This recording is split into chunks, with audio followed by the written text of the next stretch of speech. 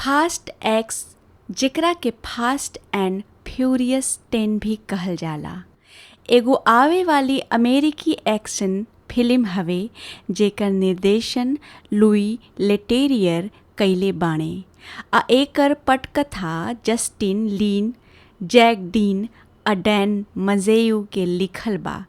ई F9 के 2021 के सीक्वल हवे। 10वीं आ उप अंतिम मुख्य किस्त के रूप में काम करेला आ फास्ट एंड फ्यूरियस फ्रेंचाइजी के 11वीं फुल लेंथ फिल्म हवे। एह फिल्म में Vin Diesel, Michelle Rodriguez, Tyrese Gibson, Chris Ludacris Bridges, Jason Momoa, Nathalie Emmanuel, Jordana Brewster, John Cena, Jason Statham, Sung Kang, Alan Ritchson, Daniel Melchior, Scott Eastwood, Helen समेत कई गो ensemble कलाकार लोग के मुख्य भूमिका बा। अमीरेन चार्लीज थेरन, ब्री Larsen आ रीता मोरेनो के नाम शामिल बा। 2014 के बाद 10वीं फिल्म के योजना रहल आ अक्टूबर 2020 से 2 भाग के फाइनल के योजना रहल। लीन के मुख्य कलाकारन के संगे निर्देशन में वापसी के पुष्टि भइल। एह फिल्म के आधिकारिक टाइटल के खुलासा तब भइल जब अप्रैल 2022 में प्रिंसिपल फोटोग्राफी शुरू भइल। लीन ओह महीना के अंत में रचनात्मक मतभेद के हवाला देत निर्देशक के पद छोड़ दिहलें। हालांकि उन लेखन आ निर्माण के श्रेय बरकरार रखलें। एकरे बाद लिटेरियर के 1 हफ्ता बाद इनके जगह के रूप में काम पर रखल गईल। अपटकथा के कई गो बिना श्रेय के रीराइटिंग कैले। लंबा समय से फ्रेंचाइजी संगीतकार रहल ब्रायन टायलर ए फिल्म के स्कोर करे खातिर वापस आ गईले। अनुमानित प्रोडक्शन बजट $34 करोड़ के साथ ई अब तक के बनल 5वां सबसे महंगा फिल्म बा। फिल्मांकन ओ अगस्त ले चलल आ लंदन, रोम, ट्यूरिन, लिस्बन आ लॉस एंजलिस में भइल। फास्ट एक्स के रिलीज अमेरिका में 19 मई 2023 के होखे वाला बा। यूनिवर्सल पिक्चर द्वारा एकर सीक्वल जेकर इरादा मुख्य सीरीज के अंतिम किस्त होखे के बा भी विकास में बा। एकर सीक्वल जेकर इरादा मुख्य सीरीज के अंतिम किस्त होखे के बा 2025 में रिलीज होखे वाला बा। बॉक्स ऑफिस पर बा। फास्ट एक्स अमेरिका आ कनाडा में $146.1 मिलियन आ अउरी इलाका सब में $568.5 मिलियन के कमाई कइले बा आ दुनिया भर में कुल $715 मिलियन के कमाई भइल बा। 4-5 रिलीज होखे से पहले द रैप के अनुमान रहे कि एह फिल्म के मुनाफा कमाए खातिर दुनिया भर में $885 करोड़ के कमाई करे के पड़ी।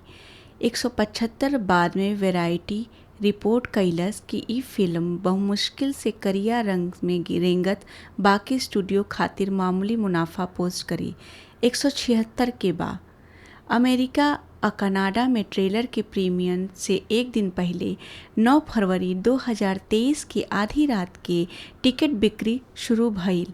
169 फैंडगो के एगो अध्ययन के अनुसार जेह में फरवरी से मार्च 2023 के बीच 6,000 से ढेर टिकट खरीदे वाला लोग के सर्वेक्षण कइल गईल।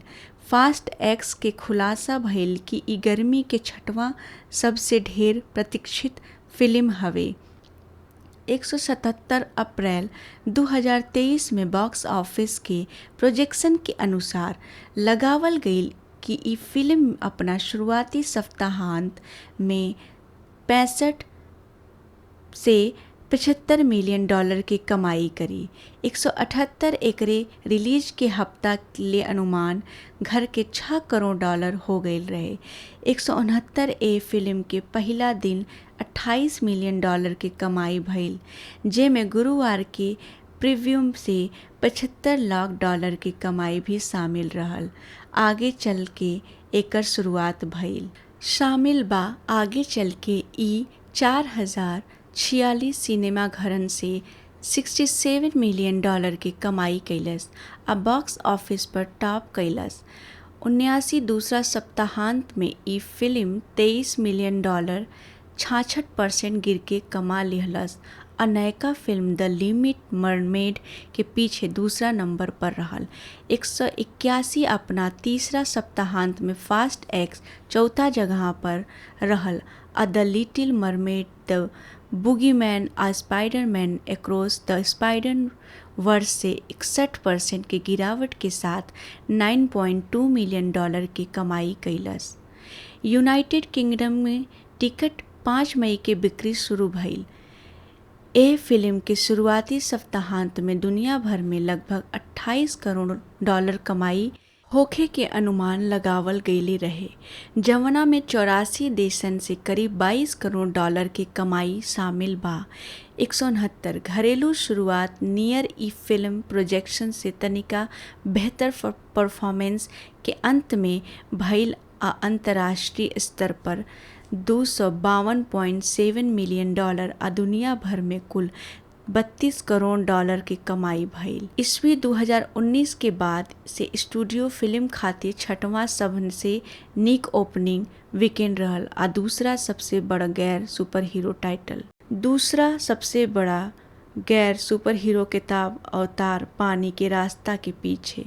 एकर सबसे बड़हन बाजार चीन 78 million dollar, Mexico 16 million dollar, France 9.6 million dollar और ब्राज़ील 9.6 मिलियन डॉलर रहले।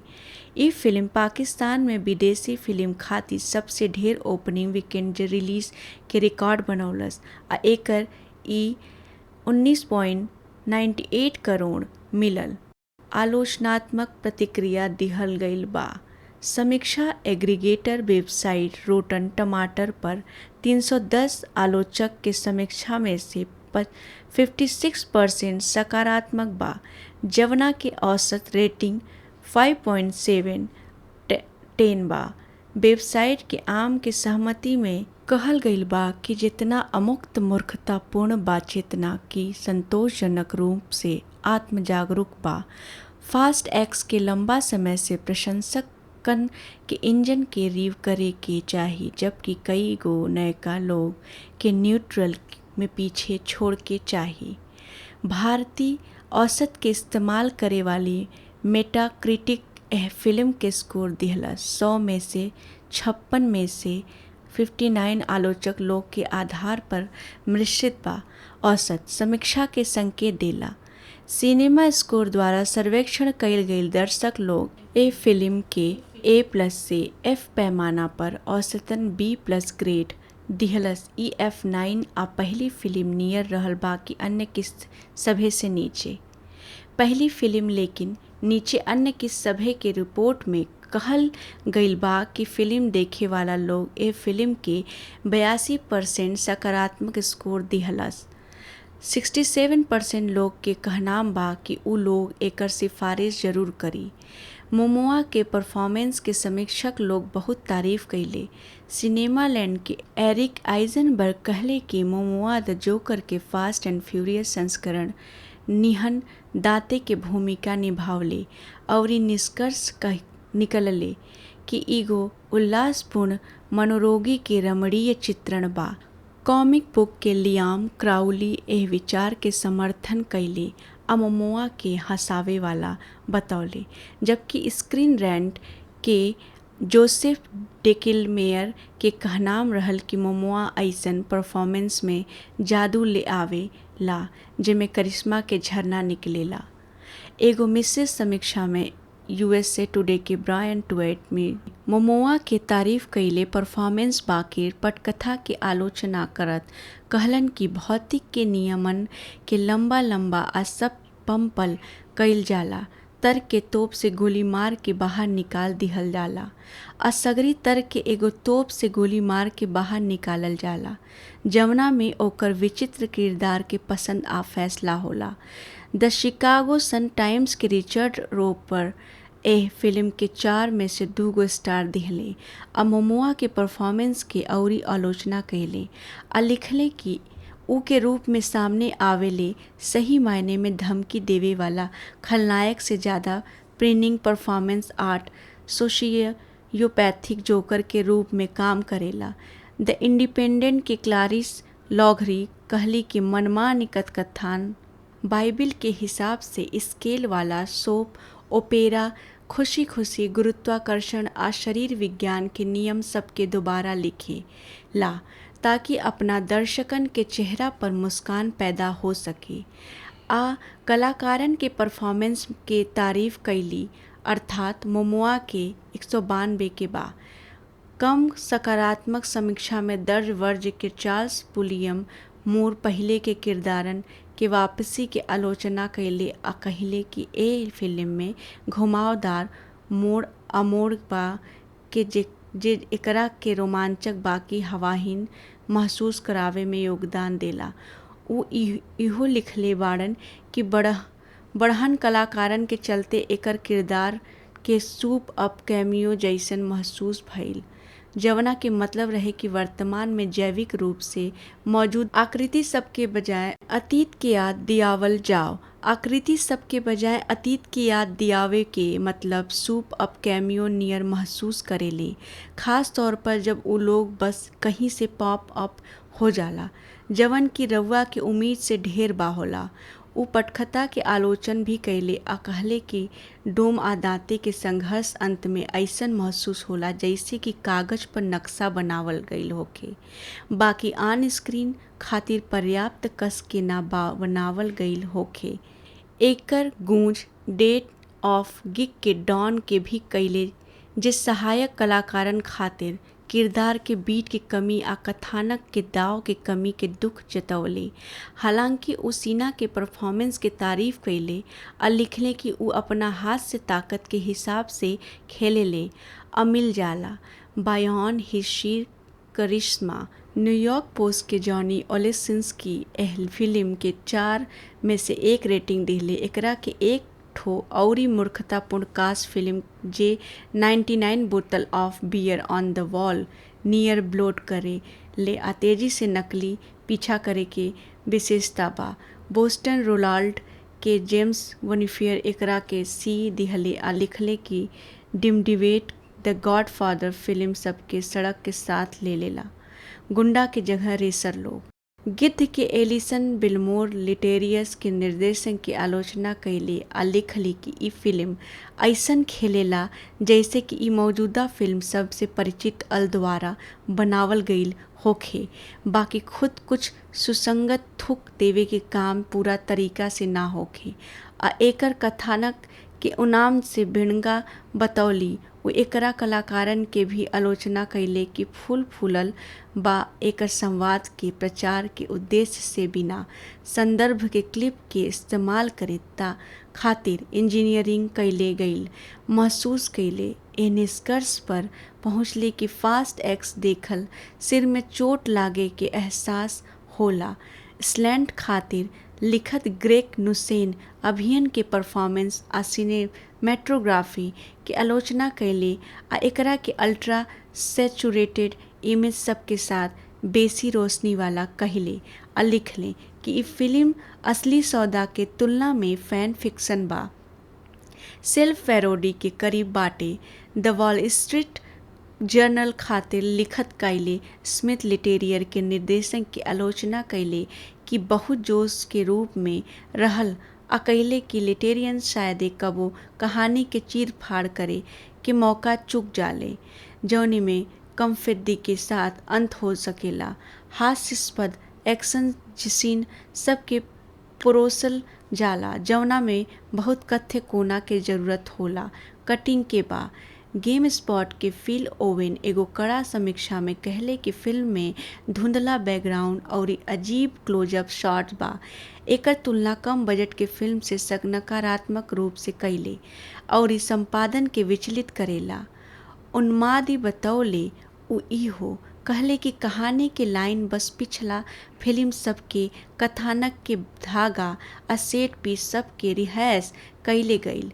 अंत के आलोचना कैले आ डीजल के परफॉर्मेंस के अपना के फुल ऑन परेडू एगो नरम किरदार निभौले बतौले आ एह फिल्म के अप्रेरणादायक बतौले आ लिखले बाड़न कि फास्ट एक्स ऐसन लागत बा कि ई कौनो सॉफ्टवेयर प्रोग्राम के लिखत बा के बा। फास्ट एक्स के 2023 के गोल्डन ट्रेलर अवार्ड में 5 गो कैटेगरी में नामांकित कईल गईल। बेस्ट एक्शन आ बेस्ट म्यूजिक खातिर लेगेसी राइट, बेस्ट समर 2023 के ब्लॉकबस्टर ट्रेलर खातिर लास्ट राइड, बेस्ट समर 2023 के ब्लॉकबस्टर ट्रेलर खातिर क्लैश खातिर टीवी स्पॉट में सर्वश्रेष्ठ साउंड एडिटिंग असेंबल शूट एवी दत्ता के सर्वश्रेष्ठ एक्शन थ्रिलर ट्रेलर बाइट खातिर एगो फीचर फिल्म खातिर बा। एकरा के अहेड एवी स्क्वाड खातिर best action TV spot feature film खातिर मिलल। इस सर्वश्रेष्ठ सहायक अभिनेता मोमोआ के उपविजेता बनल आ 6वां Hollywood critics association mid season film award में सर्वश्रेष्ठ स्टंट खातिर नामांकन मिलल। यह फिल्म के 14वां Hollywood music in media award में सर्वश्रेष्ठ संगीत सुपरविजन फिल्म आ सर्वश्रेष्ठ साउंड ट्रैक एल्बम खातिर नामांकन मिलल। 51वां सैटर्न अवार्ड में फॉक्स एक्स के बेस्ट एक्शन बा एडवेंचर मिल फिल्म आ बेस्ट एडिटिंग खातिर नामांकन फिल्म मिलल। एकरा के दूसरा extra film creative arts award में बेस्ट स्टार खातिर नामांकन कईल गईल। विन डीजल के 44वां गोल्डन रास्पबेरी अवार्ड में सबसे खराब अभिनेता के नामांकन मिलल। फास्ट एक्स के प्रीमियर 12 मई 2023 के रोम के कोलोसियम में भइल। शुरुआत में एकर रिलीज 2 अप्रैल 2021 के होखे वाला रहल, बाकी एकरा के 7 अप्रैल 2023 आ अंत में 19 अप्रैल ले टार दिहलस गईल। बतावल जाला कि ई बदलाव कोविड-19 के महामारी के जवाब में कईल गईल रहे, जवन एकरे चलते F9 के अंत में जून 2021 में टाल दिहल गईल, जेकरा के चलते फास्ट एक्स में अनिश्चित काल खातिर देरी हो गईल। एकर व्यापक रूप में आईमैक्स आ स्क्रीन एक्स समेत अउरी प्रीमियम लार्ज फॉर्मेट सब में रिलीज भइल। ई फिल्म 28 मार्च 2023 के चीन में रिलीज खातिर मंजूरी मिलल आ 2023 इतिहास में रिलीज भइल पहली बड़हन अमेरिकी फिल्म सब में से एक रहल।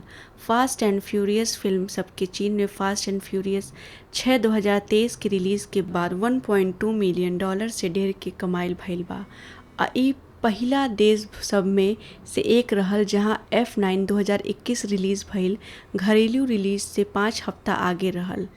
फास्ट एक्स, जेकरा के फास्ट एंड फ्यूरियस 10 भी कहल जाला, एगो आवे वाली अमेरिकी एक्शन फिल्म हवे जेकर निर्देशन लुई लेटेरियर कइले बाणे आ एकर पटकथा जस्टिन लिन, जैक डीन आ डैन मजेयू के लिखल बा।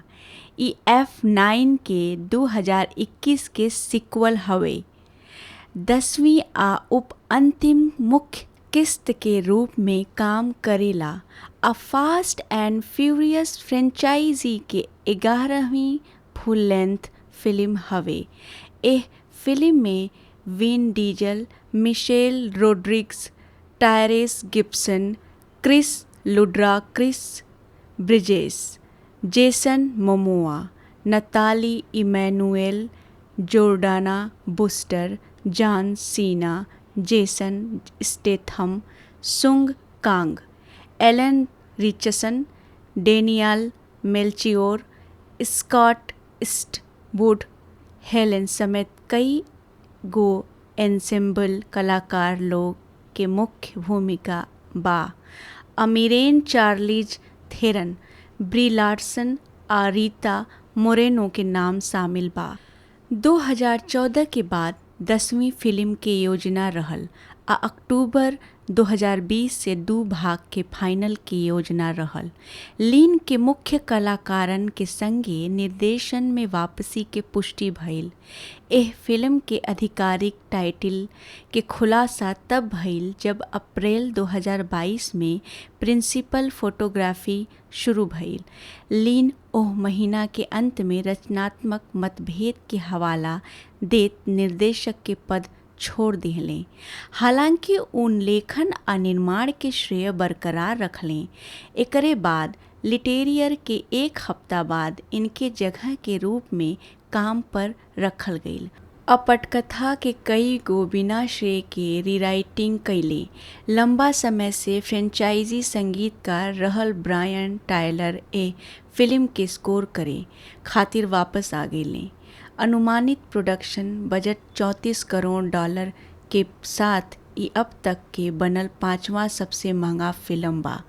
फिल्मांकन ओ अगस्त ले चलल आ लंदन, रोम, ट्यूरिन, लिस्बन आ लॉस एंजलिस में भइल।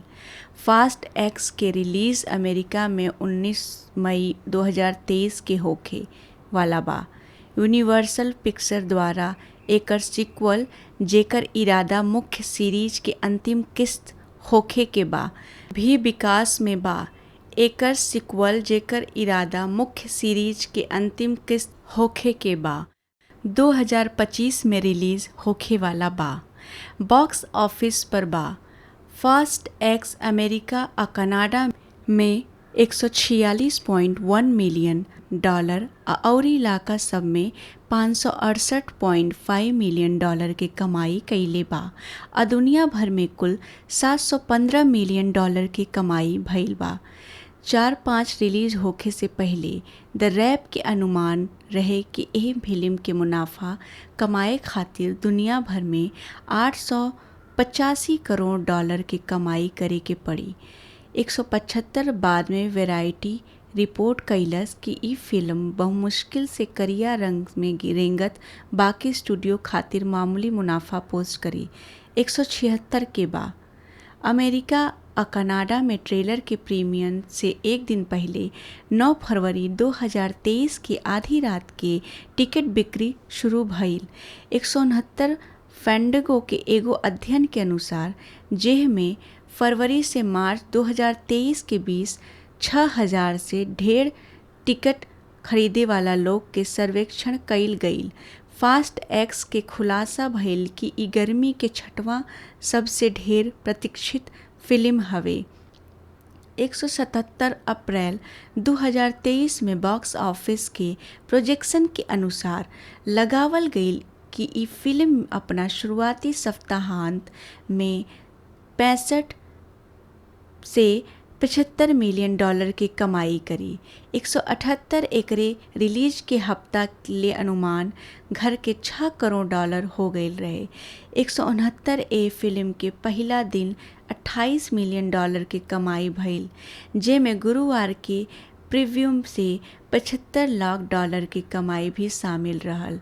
आगे चल के एकर शुरुआत भइल शामिल बा। आगे चल के ई 4,046 सिनेमा घरन से $67 मिलियन की कमाई कैलस आ बॉक्स ऑफिस पर टॉप कैलस। 79 दूसरा सप्ताहांत में ई फिल्म $23 मिलियन 66% गिर के कमा लिहलस आ नयका फिल्म द लिटिल मरमेड के पीछे दूसरा नंबर पर रहल।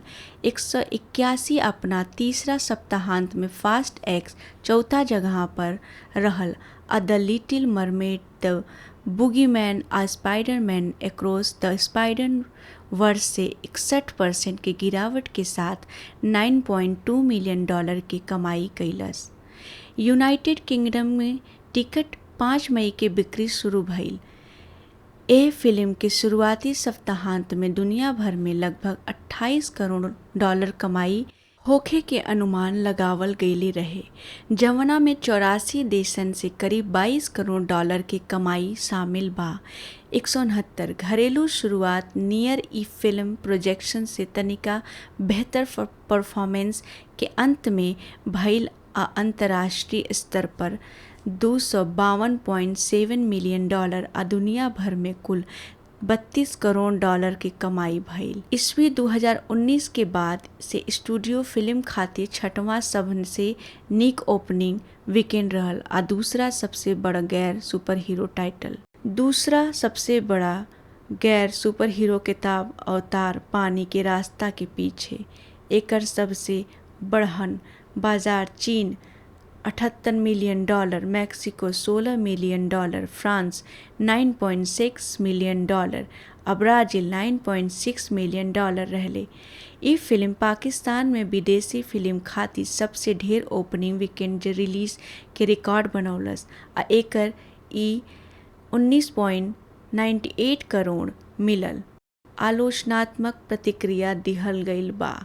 समीक्षा एग्रीगेटर वेबसाइट रोटन टमाटर पर 310 आलोचक के समीक्षा में से 56% सकारात्मक बा, जवना के औसत रेटिंग 5.7/10 बा। वेबसाइट के आम के सहमति में कहल गईल बा कि जितना अमुक्त मूर्खतापूर्ण बा चेतना की संतोषजनक रूप से आत्मजागरूक बा। फास्ट एक्स के लंबा समय से प्रशंसकन के इंजन के रिव करे के चाही, जबकि कई गो नयका लोग के न्यूट्रल में पीछे छोड़ के चाही। भारतीय औसत के इस्तेमाल करे वाली मेटाक्रिटिक एह फिल्म के स्कोर दिहलस 100 में से 56 में से 59 आलोचक लोग के आधार पर मिश्रित बा। औसत समीक्षा के संकेत देला। सिनेमा स्कोर द्वारा सर्वेक्षण कईल गईल दर्शक लोग ए फिल्म के A+ से F पैमाना पर औसतन B+ ग्रेड दिहलस। ई F9 आ पहली फिल्म नियर रहल बाकी अन्य किस्त सभे से नीचे। पहली फिल्म लेकिन नीचे अन्य किस्त सभे के रिपोर्ट में कहल गईल बा कि फिल्म देखे वाला लोग ए फिल्म के 82% सकारात्मक स्कोर दिहलस। 67% लोग के कहनाम बा कि उ लोग एकर सिफारिश जरूर करी। मोमोआ के परफॉर्मेंस के समीक्षक लोग बहुत तारीफ कइले। सिनेमा लैंड के एरिक आइजनबर्ग कहले कि मोमोआ द जोकर के फास्ट एंड फ्यूरियस संस्करण निहन दाते के भूमिका निभावले और निष्कर्ष निकलले कि एगो उल्लासपूर्ण मनोरोगी के रमणीय चित्रण बा। कॉमिक बुक के लियाम क्राउली एह विचार के समर्थन कइले आ मोमोआ के हंसावे वाला बतौले, जबकि स्क्रीन रैंट के जोसेफ डेकिलमेयर के कहनाम रहल कि मोमोआ ऐसन परफॉर्मेंस में जादू ले आवे ला जेमे करिश्मा के झरना निकलेला। एगो मिश्रित समीक्षा में USA टुडे के ब्रायन ट्वेट में मोमोआ के तारीफ कइले परफॉर्मेंस बाकिर पटकथा के आलोचना करत कहलन कि भौतिक के नियमन के लंबा लंबा आ सब पंपल कइल जाला। तर्क के तोप से गोली मार के बाहर निकाल दिहल जाला। असगरी तर्क के एगो तोप से गोली मार के बाहर निकालल जाला, जवना में ओकर विचित्र किरदार के पसंद आ फैसला होला। द शिकागो सन टाइम्स के रिचर्ड रोपर एह फिल्म के 4 में से 2 स्टार दिहले आ मोमोआ के परफॉर्मेंस के अउरी आलोचना कइले आ लिखले कि ऊ के रूप में सामने आवेले सही मायने में धमकी देवे वाला खलनायक से ज़्यादा प्रिनिंग परफॉर्मेंस आर्ट सोशियोपैथिक जोकर के रूप में काम करेला। द इंडिपेंडेंट के क्लारिस लॉघरी कहली कि मनमानी कथान बाइबिल के हिसाब से स्केल वाला सोप ओपेरा खुशी खुशी गुरुत्वाकर्षण आ शरीर विज्ञान के नियम सबके दोबारा लिखे ला ताकि अपना दर्शकन के चेहरा पर मुस्कान पैदा हो सके। आ कलाकारन के परफॉर्मेंस के तारीफ कैली, अर्थात मोमोआ के 192 के बा। कम सकारात्मक समीक्षा में दर्ज वर्ज के चार्ल्स पुलियम मूर पहले के किरदारन के वापसी के आलोचना कैले आ कहले कि ए फिल्म में घुमावदार मोड़ अमोड़ बा के जे एकरा के रोमांचक बाकी हवाहीन महसूस करावे में योगदान देला। उ इहो लिखले बाड़न कि बढ़हन कलाकारन के चलते एकर किरदार के सूप अप कैमियो जैसन महसूस भइल, जवना के मतलब रहे कि वर्तमान में जैविक रूप से मौजूद आकृति सबके बजाय अतीत के याद दियावल जाओ आकृति सबके बजाय अतीत की याद दियावे के मतलब सूप अप कैमियो नियर महसूस करेले, खास तौर पर जब उ लोग बस कहीं से पॉप अप हो जाला जवन की रउआ के उम्मीद से ढेर बा होला। उ पटकथा के आलोचन भी कैले आ कहले कि डोम आ दांते के संघर्ष अंत में ऐसन महसूस होला जैसे कि कागज पर नक्शा बनावल गईल होखे, बाकी ऑन स्क्रीन खातिर पर्याप्त कस के ना बनावल गईल होखे। एकर गूंज डेट ऑफ गिग के डॉन के भी कैले जे सहायक कलाकारन खातिर किरदार के बीट की कमी आ कथानक के दाव के कमी के दुख जतवले। हालांकि उ सीना के परफॉर्मेंस के तारीफ कैले आ लिखले कि उ अपना हाथ से ताकत के हिसाब से खेले ले अमिल जाला बायॉन हिज शीर करिश्मा। न्यूयॉर्क पोस्ट के जॉनी ओलेसिंस्की एह फिल्म के 4 में से 1 रेटिंग दिले। एकरा के एक ठो औरी मूर्खतापूर्ण कास्ट फिल्म जे 99 बोतल of beer on the wall near ब्लोट करे ले आ तेजी से नकली पीछा करे के विशेषता बा। बोस्टन रोलाल्ड के जेम्स वनीफियर एकरा के सी दिहले आ लिखले कि डिमडिवेट द गॉडफादर फिल्म सबके सड़क के साथ ले लेला, गुंडा के जगह रेसर लोग। गिद्ध के एलिसन बिलमोर लिटेरियस के निर्देशन की आलोचना कैले आ लिखली कि ई फिल्म ऐसन खेलेला जैसे कि ई मौजूदा फिल्म सब से परिचित अल द्वारा बनावल गईल होखे, बाकी खुद कुछ सुसंगत थुक देवे के काम पूरा तरीका से ना होखे आ एकर कथानक के उनाम से भिड़ंगा बतौली। वो एकरा कलाकारन के भी आलोचना कैले कि फूल फूलल बा एकर संवाद के प्रचार के उद्देश्य से बिना संदर्भ के क्लिप के इस्तेमाल करे ता खातिर इंजीनियरिंग कैले गईल महसूस कैले। ए निष्कर्ष पर पहुँचले कि फास्ट एक्स देखल सिर में चोट लागे के एहसास होला। स्लैंट खातिर लिखत ग्रेग नुसेन अभियन के परफॉर्मेंस आ सिनेमेटोग्राफी के आलोचना कैले आ एकरा के अल्ट्रा सैचुरेटेड इमेज सब के साथ बेसी रोशनी वाला कहले आ लिखले कि ई फिल्म असली सौदा के तुलना में फैन फिक्शन बा, सेल्फ पैरोडी के करीब बाटे। द वॉल स्ट्रीट जर्नल खातिर लिखत कैले स्मिथ लिटेरियर के निर्देशन की आलोचना कैले कि बहुत जोश के रूप में रहल आ कैले कि लिटेरियन शायद कबो कहानी के चीर फाड़ करे के मौका चुक जाले जौनी में कमफिद्दी के साथ अंत हो सकेला। हास्यास्पद एक्शन सीन सबके परोसल जाला जौना में बहुत कथ्य कोना के जरूरत होला, कटिंग के बा। गेम स्पॉट के फिल ओवेन एगो कड़ा समीक्षा में कहले कि फिल्म में धुंधला बैकग्राउंड और अजीब क्लोजअप शॉट्स बा। एकर तुलना कम बजट के फिल्म से नकारात्मक रूप से कैले और संपादन के विचलित करेला। उन्मादी बतौले उ इहो कहले कि कहानी के लाइन बस पिछला फिल्म सबके कथानक के धागा आ सेट पीस सबके रिहायस कैले गईल। अंत के आलोचना कैले आ डीजल के परफॉर्मेंस के अपना के फुल ऑन परेडू एगो नरम किरदार निभौले बतौले आ एह फिल्म के अप्रेरणादायक बतौले आ लिखले बाड़न कि फास्ट एक्स ऐसन लागत बा कि ई कौनो सॉफ्टवेयर प्रोग्राम के लिखत बा के बा। फास्ट एक्स के 2023 के गोल्डन ट्रेलर अवार्ड में 5 गो कैटेगरी में नामांकित कईल गईल। बेस्ट एक्शन आ बेस्ट म्यूजिक खातिर लेगेसी राइट, बेस्ट समर 2023 के ब्लॉकबस्टर ट्रेलर खातिर लास्ट राइड, बेस्ट समर 2023 के ब्लॉकबस्टर ट्रेलर खातिर क्लैश खातिर टीवी स्पॉट में सर्वश्रेष्ठ साउंड एडिटिंग असेंबल शूट एवी दत्ता के सर्वश्रेष्ठ एक्शन थ्रिलर ट्रेलर बाइट खातिर एगो फीचर फिल्म खातिर बा। एकरा के अहेड एवी स्क्वाड खातिर best action TV spot feature film खातिर मिलल। इस सर्वश्रेष्ठ सहायक अभिनेता मोमोआ के उपविजेता बनल आ 6वां Hollywood critics association mid season film award में सर्वश्रेष्ठ स्टंट खातिर नामांकन मिलल। यह फिल्म के 14वां Hollywood music in media award में सर्वश्रेष्ठ संगीत सुपरविजन फिल्म आ सर्वश्रेष्ठ साउंड ट्रैक एल्बम खातिर नामांकन मिलल। 51वां सैटर्न अवार्ड में फॉक्स एक्स के बेस्ट एक्शन बा एडवेंचर फिल्म आ बेस्ट एडिटिंग खातिर नामांकन फिल्म मिलल। एकरा के दूसरा extra film creative arts award में बेस्ट स्टार खातिर नामांकन कइल गईल। विन डीजल के 44वां गोल्डन रास्पबेरी अवार्ड में सबसे खराब अभिनेता के नामांकन मिलल। फास्ट एक्स के प्रीमियर 12 मई 2023 के रोम के कोलोसियम में भइल। शुरुआत में एकर रिलीज 2 अप्रैल 2021 के होखे वाला रहल, बाकी एकरा के 7 अप्रैल 2023 आ अंत में 19 अप्रैल ले टार दिहलस गईल।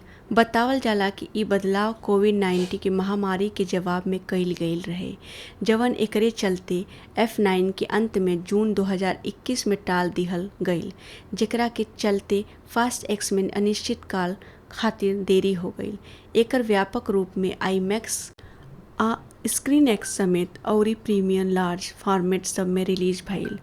ई फिल्म 28 मार्च 2023 के चीन में रिलीज खातिर मंजूरी मिलल आ 2023 इतिहास में रिलीज भइल पहली बड़हन अमेरिकी फिल्म सब में से एक रहल। फास्ट एंड फ्यूरियस फिल्म सबके चीन में फास्ट एंड फ्यूरियस 6 2023 के रिलीज के बाद $1.2 मिलियन से ढेर के कमाइल भइल बा आ ई पहिला देश सब में से एक रहल जहां F9 2021 रिलीज भइल घरेलू रिलीज से 5 हफ्ता आगे रहल। फास्ट एक्स, जेकरा के फास्ट एंड फ्यूरियस 10 भी कहल जाला, एगो आवे वाली अमेरिकी एक्शन फिल्म हवे जेकर निर्देशन लुई लेटेरियर कइले बाणे आ एकर पटकथा जस्टिन लिन, जैक डीन आ डैन मजेयू के लिखल बा। ई F9 के 2021 के सीक्वल हवे। 10वीं आ उप अंतिम मुख्य किस्त के रूप में काम करेला आ फास्ट एंड फ्यूरियस फ्रेंचाइजी के 11वीं फुल लेंथ फिल्म हवे। एह फिल्म में Vin Diesel, Michelle Rodriguez, Tyrese Gibson, Chris Ludacris Bridges, Jason Momoa, Nathalie Emmanuel, Jordana Brewster, John Cena, Jason Statham, Sung Kang, Alan Ritchson, Daniel Melchior, Scott Eastwood, Helen समेत कई गो ensemble कलाकार लोग के मुख्य भूमिका बा। अमीरेन चार्लीज थेरन, ब्री Larsen आ रीता मोरेनो के नाम शामिल बा। 2014 के बाद 10वीं फिल्म के योजना रहल आ अक्टूबर 2020 से 2 भाग के फाइनल की योजना रहल। लीन के मुख्य कलाकारन के संगे निर्देशन में वापसी के पुष्टि भइल। एह फिल्म के आधिकारिक टाइटल के खुलासा तब भइल जब अप्रैल 2022 में प्रिंसिपल फोटोग्राफी शुरू भइल। लीन ओह महीना के अंत में रचनात्मक मतभेद के हवाला देत निर्देशक के पद छोड़ दिहलें। हालांकि उन लेखन आ निर्माण के श्रेय बरकरार रखलें। एकरे बाद लिटेरियर के 1 हफ्ता बाद इनके जगह के रूप में काम पर रखल गईल। अपटकथा के कई गो बिना श्रेय के रीराइटिंग कैले। लंबा समय से फ्रेंचाइजी संगीतकार रहल ब्रायन टायलर ए फिल्म के स्कोर करे खातिर वापस आ गईले। अनुमानित प्रोडक्शन बजट $34 करोड़ के साथ ई अब तक के बनल 5वां सबसे महंगा फिल्म बा। फिल्मांकन ओ अगस्त ले चलल आ लंदन, रोम, ट्यूरिन, लिस्बन आ लॉस एंजलिस में भइल। फास्ट एक्स के रिलीज अमेरिका में 19 मई 2023 के होखे वाला बा। यूनिवर्सल पिक्चर द्वारा एकर सीक्वल, जेकर इरादा मुख्य सीरीज के अंतिम किस्त होखे के बा, भी विकास में बा। एकर सीक्वल, जेकर इरादा मुख्य सीरीज के अंतिम किस्त होखे के बा, 2025 में रिलीज होखे वाला बा। बॉक्स ऑफिस पर बा। फास्ट एक्स अमेरिका आ कनाडा में $146.1 मिलियन और इलाका सब में $568.5 मिलियन के कमाई कइले बा। दुनिया भर में कुल $715 मिलियन की कमाई भइल बा। 4-5 रिलीज होखे से पहले द रैप के अनुमान रहे कि एह फिल्म के मुनाफा कमाए खातिर दुनिया भर में $885 करोड़ की कमाई करे के पड़ी। 175 बाद में वैरायटी रिपोर्ट कैलस कि ई फिल्म बहुमुश्किल से करिया रंग में रेंगत बाकी स्टूडियो खातिर मामूली मुनाफा पोस्ट करी। 176 के बाद अमेरिका और कनाडा में ट्रेलर के प्रीमियर से एक दिन पहले 9 फरवरी 2023 की आधी रात के टिकट बिक्री शुरू भइल। 169 फैंडगो के एगो अध्ययन के अनुसार जेह में फरवरी से मार्च 2023 के बीच 6,000 से ढेर टिकट खरीदे वाला लोग के सर्वेक्षण कइल गइल। फास्ट एक्स के खुलासा भइल कि ई गर्मी के छठवां सबसे ढेर प्रतीक्षित फिल्म हवे।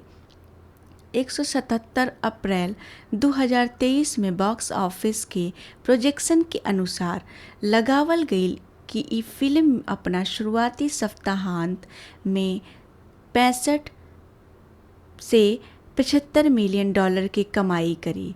178 एकरे रिलीज के हफ्ता ले अनुमान घर के $6 करोड़ हो गए रहे।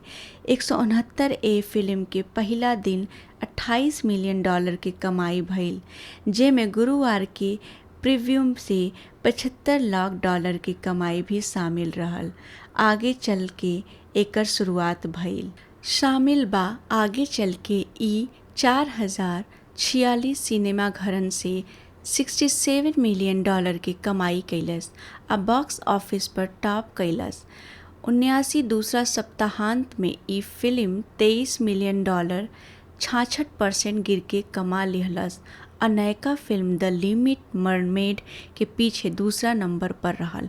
181 अपना तीसरा सप्ताहांत में फास्ट एक्स चौथा जगह पर रहल आ द लिटिल मरमेड द बुगीमैन आ स्पाइडरमैन अक्रॉस द स्पाइडर वर्स से 61% की गिरावट के साथ $9.2 मिलियन की कमाई कैलस।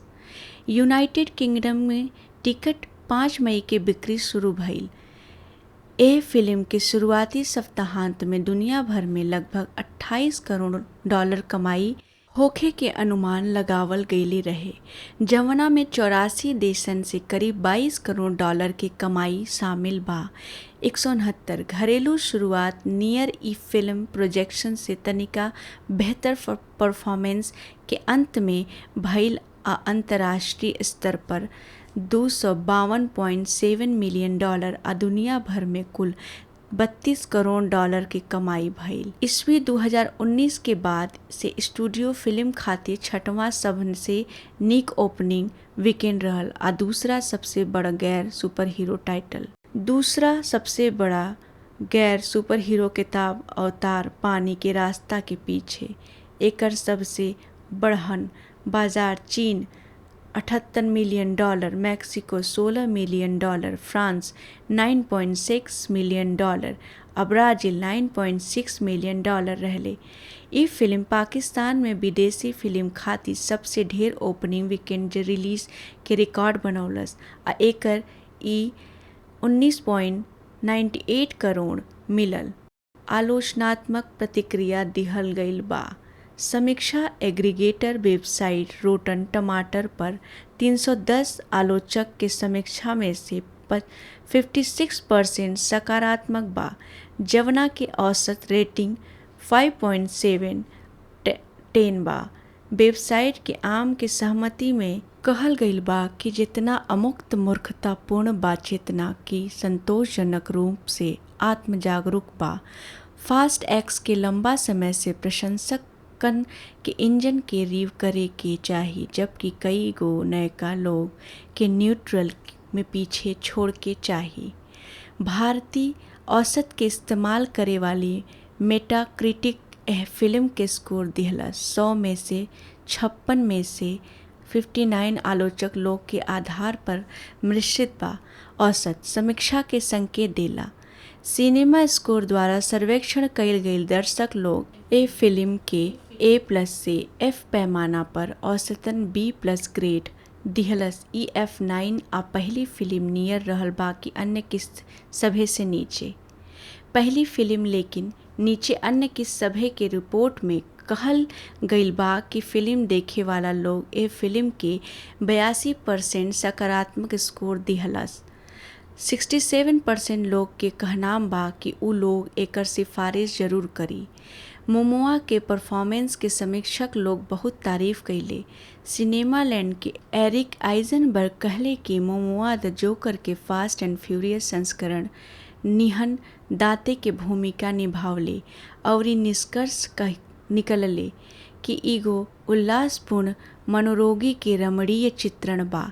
कॉमिक बुक के लियाम क्राउली एह विचार के समर्थन कइले आ मोमोआ के हंसावे वाला बतौले, जबकि स्क्रीन रैंट के जोसेफ डेकिलमेयर के कहनाम रहल कि मोमोआ ऐसन परफॉर्मेंस में जादू ले आवे ला जेमे करिश्मा के झरना निकलेला। एगो मिश्रित समीक्षा में USA टुडे के ब्रायन ट्वेट में मोमोआ के तारीफ कइले परफॉर्मेंस बाकिर पटकथा के आलोचना करत कहलन कि भौतिक के नियमन के लंबा लंबा आ सब पंपल कइल जाला। तर्क के तोप से गोली मार के बाहर निकाल दिहल जाला। असगरी तर्क के एगो तोप से गोली मार के बाहर निकालल जाला, जवना में ओकर विचित्र किरदार के पसंद आ फैसला होला। द शिकागो सन टाइम्स के रिचर्ड रोपर एह फिल्म के 4 में से 2 स्टार दिहले आ मोमोआ के परफॉर्मेंस के अउरी आलोचना कइले आ लिखले कि उ के रूप में सामने आवेले सही मायने में धमकी देवे वाला खलनायक से ज़्यादा प्रिनिंग परफॉर्मेंस आर्ट सोशियोपैथिक जोकर के रूप में काम करेला। द इंडिपेंडेंट के क्लारिस लॉघरी कहली कि मनमानी कथान बाइबिल के हिसाब से स्केल वाला सोप ओपेरा खुशी खुशी गुरुत्वाकर्षण आ शरीर विज्ञान के नियम सबके दोबारा लिखे ला ताकि अपना दर्शकन के चेहरा पर मुस्कान पैदा हो सके। आ कलाकारन के परफॉर्मेंस के तारीफ कैली, अर्थात मोमोआ के 192 के बा। कम सकारात्मक समीक्षा में दर्ज वर्ज के चार्ल्स पुलियम मूर पहले के किरदारन के वापसी के आलोचना कैले आ कहले कि ए फिल्म में घुमावदार मोड़ अमोड़ बा के जे एकरा के रोमांचक बाकी हवाहीन महसूस करावे में योगदान देला। उ इहो लिखले बाड़न कि बढ़हन कलाकारन के चलते एकर किरदार के सूप अप कैमियो जैसन महसूस भइल, जवना के मतलब रहे कि वर्तमान में जैविक रूप से मौजूद आकृति सबके बजाय अतीत के याद दियावल जाओ। आकृति सबके बजाय अतीत की याद दियावे के मतलब सूप अप कैमियो नियर महसूस करेले, खास तौर पर जब उ लोग बस कहीं से पॉप अप हो जाला जवन की रउआ के उम्मीद से ढेर बा होला। उ पटकथा के आलोचन भी कैले आ कहले कि डोम आ दांते के संघर्ष अंत में ऐसन महसूस होला जैसे कि कागज पर नक्शा बनावल गईल होखे, बाकी ऑन स्क्रीन खातिर पर्याप्त कस के ना बनावल गईल होखे।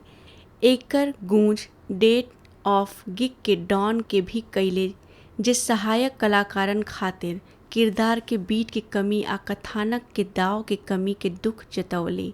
हालांकि उ सीना के परफॉर्मेंस के तारीफ कैले आ लिखले कि उ अपना हाथ से ताकत के हिसाब से खेलेले आ मिल जाला बायॉन हिज शीर करिश्मा। न्यूयॉर्क पोस्ट के जॉनी ओलेसिंस्की एह फिल्म के 4 में से 1 रेटिंग दिले। एकरा के एक ठो औरी मूर्खतापूर्ण कास्ट फिल्म जे 99 बोतल of beer on the wall near ब्लोट करे ले आ तेजी से नकली पीछा करे के विशेषता बा। बोस्टन रोलाल्ड के जेम्स वनीफियर एकरा के सी दिहले आ लिखले कि डिमडिवेट द गॉडफादर फिल्म सबके सड़क के साथ ले लेला, गुंडा के जगह रेसर लोग। गिद्ध के एलिसन बिलमोर लिटेरियस के निर्देशन की आलोचना कैले आ लिखली कि ई फिल्म ऐसन खेलेला जैसे कि ई मौजूदा फिल्म सब से परिचित अल द्वारा बनावल गईल होखे, बाकी खुद कुछ सुसंगत थुक देवे के काम पूरा तरीका से ना होखे आ एकर कथानक के उनाम से भिड़ंगा बतौली। वो एकरा कलाकारन के भी आलोचना कैले कि फूल फूलल बा एकर संवाद के प्रचार के उद्देश्य से बिना संदर्भ के क्लिप के इस्तेमाल करे ता खातिर इंजीनियरिंग कैले गईल महसूस कैले। ए निष्कर्ष पर पहुँचले कि फास्ट एक्स देखल सिर में चोट लागे के एहसास होला। स्लैंट खातिर लिखत ग्रेग नुसेन अभियन के परफॉर्मेंस आ सिनेमेटोग्राफी के आलोचना कैले आ एकरा के अल्ट्रा सैचुरेटेड इमेज सब के साथ बेसी रोशनी वाला कहले आ लिखले कि ई फिल्म असली सौदा के तुलना में फैन फिक्शन बा, सेल्फ पैरोडी के करीब बाटे। द वॉल स्ट्रीट जर्नल खातिर लिखत कैले स्मिथ लिटेरियर के निर्देशन की आलोचना कैले कि बहुत जोश के रूप में रहल आ कैले कि लिटेरियन शायद कबो कहानी के चीर फाड़ करे के मौका चूक जाले जौनी में कमफिद्दी के साथ अंत हो सकेला। हास्यास्पद एक्शन सीन सबके परोसल जाला जौना में बहुत कथ्य कोना के जरूरत होला। कटिंग के बा गेम स्पॉट के फिल ओवेन एगो कड़ा समीक्षा में कहले कि फिल्म में धुंधला बैकग्राउंड और अजीब क्लोजअप शॉट्स बा। एकर तुलना कम बजट के फिल्म से नकारात्मक रूप से कैले और संपादन के विचलित करेला। उन्मादी बतौले उ हो कहले कि कहानी के लाइन बस पिछला फिल्म सबके कथानक के धागा आ सेट पीस सबके रिहर्स कैले गईल। अंत के आलोचना कैले आ डीजल के परफॉर्मेंस के अपना के फुल ऑन परेडू एगो नरम किरदार निभौले बतौले आ एह फिल्म के अप्रेरणादायक बतौले आ लिखले बाड़न कि फास्ट एक्स ऐसन लागत बा कि ई कौनो सॉफ्टवेयर प्रोग्राम के लिखत बा के बा। फास्ट एक्स के 2023 के गोल्डन ट्रेलर अवार्ड में 5 गो कैटेगरी में नामांकित कईल गईल। बेस्ट एक्शन आ बेस्ट म्यूजिक खातिर लेगेसी राइट, बेस्ट समर 2023 के ब्लॉकबस्टर ट्रेलर खातिर लास्ट राइड, बेस्ट समर 2023 के ब्लॉकबस्टर ट्रेलर खातिर क्लैश खातिर टीवी स्पॉट में सर्वश्रेष्ठ साउंड एडिटिंग असेंबल शूट एवी दत्ता के सर्वश्रेष्ठ एक्शन थ्रिलर ट्रेलर बाइट खातिर एगो फीचर फिल्म खातिर बा। एकरा के अहेड एवी स्क्वाड खातिर best action TV spot feature film खातिर मिलल। इस सर्वश्रेष्ठ सहायक अभिनेता मोमोआ के उपविजेता बनल आ 6वां Hollywood critics association mid season film award में सर्वश्रेष्ठ स्टंट खातिर नामांकन मिलल। यह फिल्म के 14वां Hollywood music in media award में सर्वश्रेष्ठ संगीत सुपरविजन फिल्म आ सर्वश्रेष्ठ साउंड ट्रैक एल्बम खातिर नामांकन मिलल। 51वां सैटर्न अवार्ड में फॉक्स एक्स के बेस्ट एक्शन बा एडवेंचर मिल फिल्म आ बेस्ट एडिटिंग खातिर नामांकन फिल्म मिलल। एकरा के दूसरा extra film creative arts award में बेस्ट स्टार खातिर नामांकन कईल गईल। विन डीजल के 44वां गोल्डन रास्पबेरी अवार्ड में सबसे खराब अभिनेता के नामांकन मिलल। फास्ट एक्स के प्रीमियर 12 मई 2023 के रोम के कोलोसियम में भइल। शुरुआत में एकर रिलीज 2 अप्रैल 2021 के होखे वाला रहल, बाकी एकरा के 7 अप्रैल 2023 आ अंत में 19 अप्रैल ले टार दिहलस गईल। बतावल जाला कि ई बदलाव कोविड-19 के महामारी के जवाब में कईल गईल रहे, जवन एकरे चलते F9 के अंत में जून 2021 में टाल दिहल गईल, जेकरा के चलते फास्ट एक्स में अनिश्चित काल खातिर देरी हो गईल। एकर व्यापक रूप में आईमैक्स आ स्क्रीन एक्स समेत अउरी प्रीमियम लार्ज फॉर्मेट सब में रिलीज भइल। ई फिल्म 28 मार्च 2023 के चीन में रिलीज खातिर मंजूरी मिलल आ 2023 इतिहास में रिलीज भइल पहली बड़हन अमेरिकी फिल्म सब में से एक रहल। फास्ट एंड फ्यूरियस फिल्म सबके चीन में फास्ट एंड फ्यूरियस 6 2023 के रिलीज के बाद $1.2 मिलियन से ढेर के कमाइल भइल बा आ ई पहिला देश सब में से एक रहल जहां F9 2021 रिलीज भइल घरेलू रिलीज से 5 हफ्ता आगे रहल।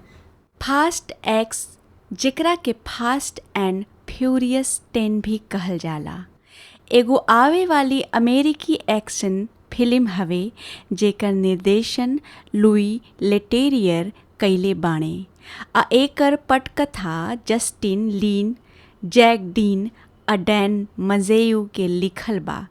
ई F9 के 2021 के सीक्वल हवे। 10वीं आ उप अंतिम मुख्य किस्त के रूप में काम करेला आ फास्ट एंड फ्यूरियस फ्रेंचाइजी के 11वीं फुल लेंथ फिल्म हवे।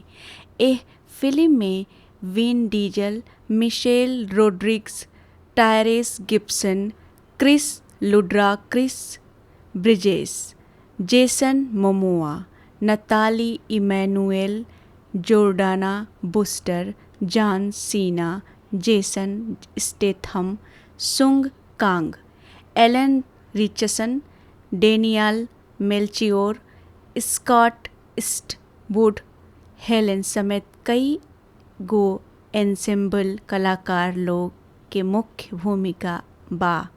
अमीरेन चार्लीज थेरन, ब्री लार्सन आ रीता मोरेनो के नाम शामिल बा। 2014 के बाद 10वीं फिल्म के योजना रहल आ अक्टूबर 2020 से 2 भाग के फाइनल के योजना रहल। लीन के मुख्य कलाकारन के संगे निर्देशन में वापसी के पुष्टि भइल। एह फिल्म के आधिकारिक टाइटल के खुलासा तब भइल जब अप्रैल 2022 में प्रिंसिपल फोटोग्राफी शुरू भइल। लीन ओह महीना के अंत में रचनात्मक मतभेद के हवाला देत निर्देशक के पद छोड़ दिहलें। हालांकि उन लेखन आ निर्माण के श्रेय बरकरार रखलें। एकरे बाद लिटेरियर के 1 हफ्ता बाद इनके जगह के रूप में काम पर रखल गईल। अपटकथा के कई गो बिना श्रेय के रीराइटिंग कैले। लंबा समय से फ्रेंचाइजी संगीतकार रहल ब्रायन टायलर ए फिल्म के स्कोर करे खातिर वापस आ गईले। अनुमानित प्रोडक्शन बजट $34 करोड़ के साथ ई अब तक के बनल 5वां सबसे महंगा फिल्म बा। फिल्मांकन ओ अगस्त ले चलल आ लंदन, रोम, ट्यूरिन, लिस्बन आ लॉस एंजलिस में भइल। फास्ट एक्स के रिलीज अमेरिका में 19 मई 2023 के होखे वाला बा।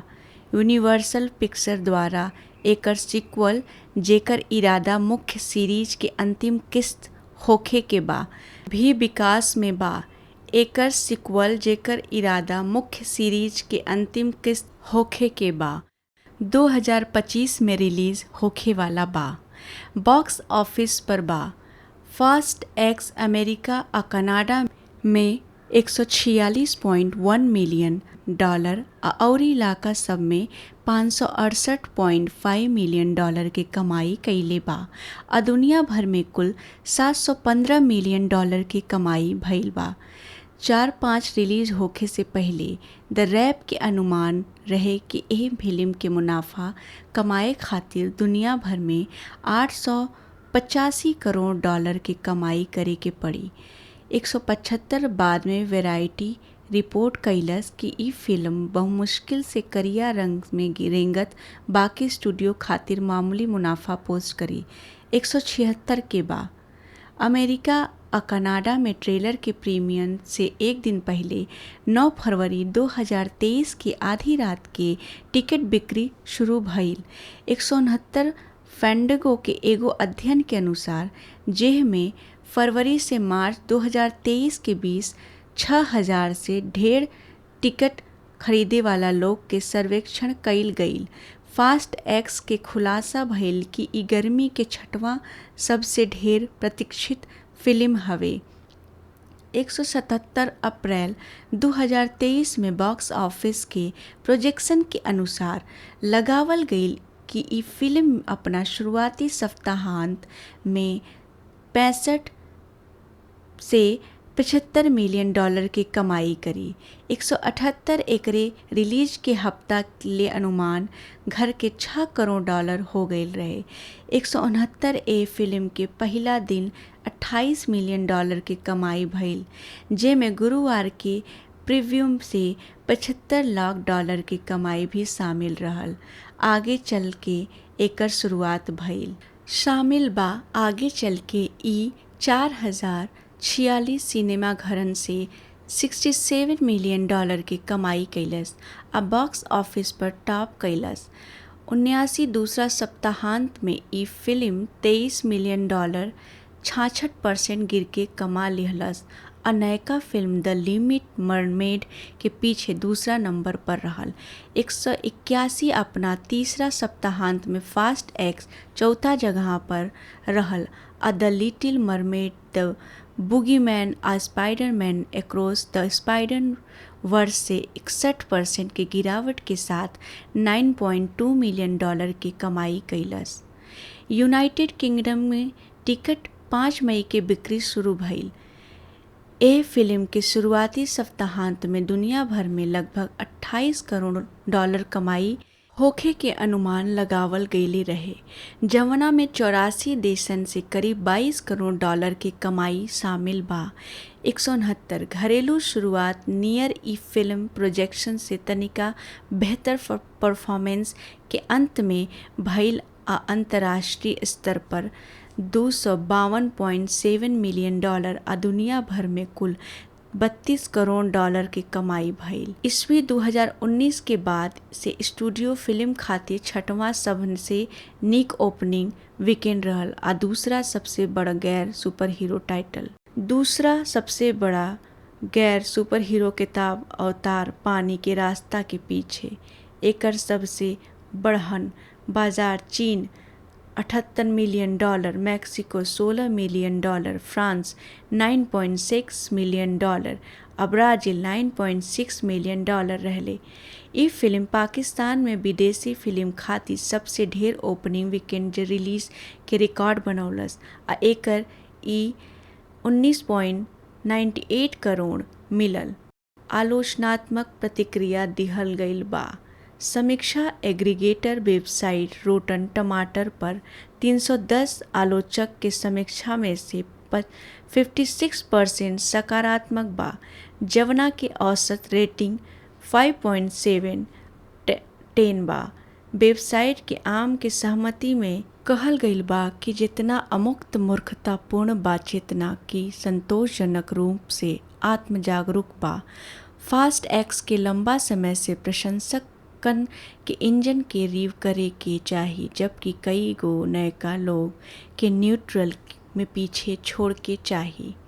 भारतीय औसत के इस्तेमाल करे वाली मेटाक्रिटिक एह फिल्म के स्कोर दिहलस 100 में से 56 में से 59 आलोचक लोग के आधार पर मिश्रित बा। औसत समीक्षा के संकेत देला। सिनेमा स्कोर द्वारा सर्वेक्षण कईल गईल दर्शक लोग ए फिल्म के A+ से F पैमाना पर औसतन B+ ग्रेड दिहलस। ई F9 आ पहली फिल्म नियर रहल बाकी अन्य किस्त सभे से नीचे। पहली फिल्म लेकिन नीचे अन्य किस्त सभे के रिपोर्ट में कहल गईल बा कि फिल्म देखे वाला लोग ए फिल्म के 82% सकारात्मक स्कोर दिहलस।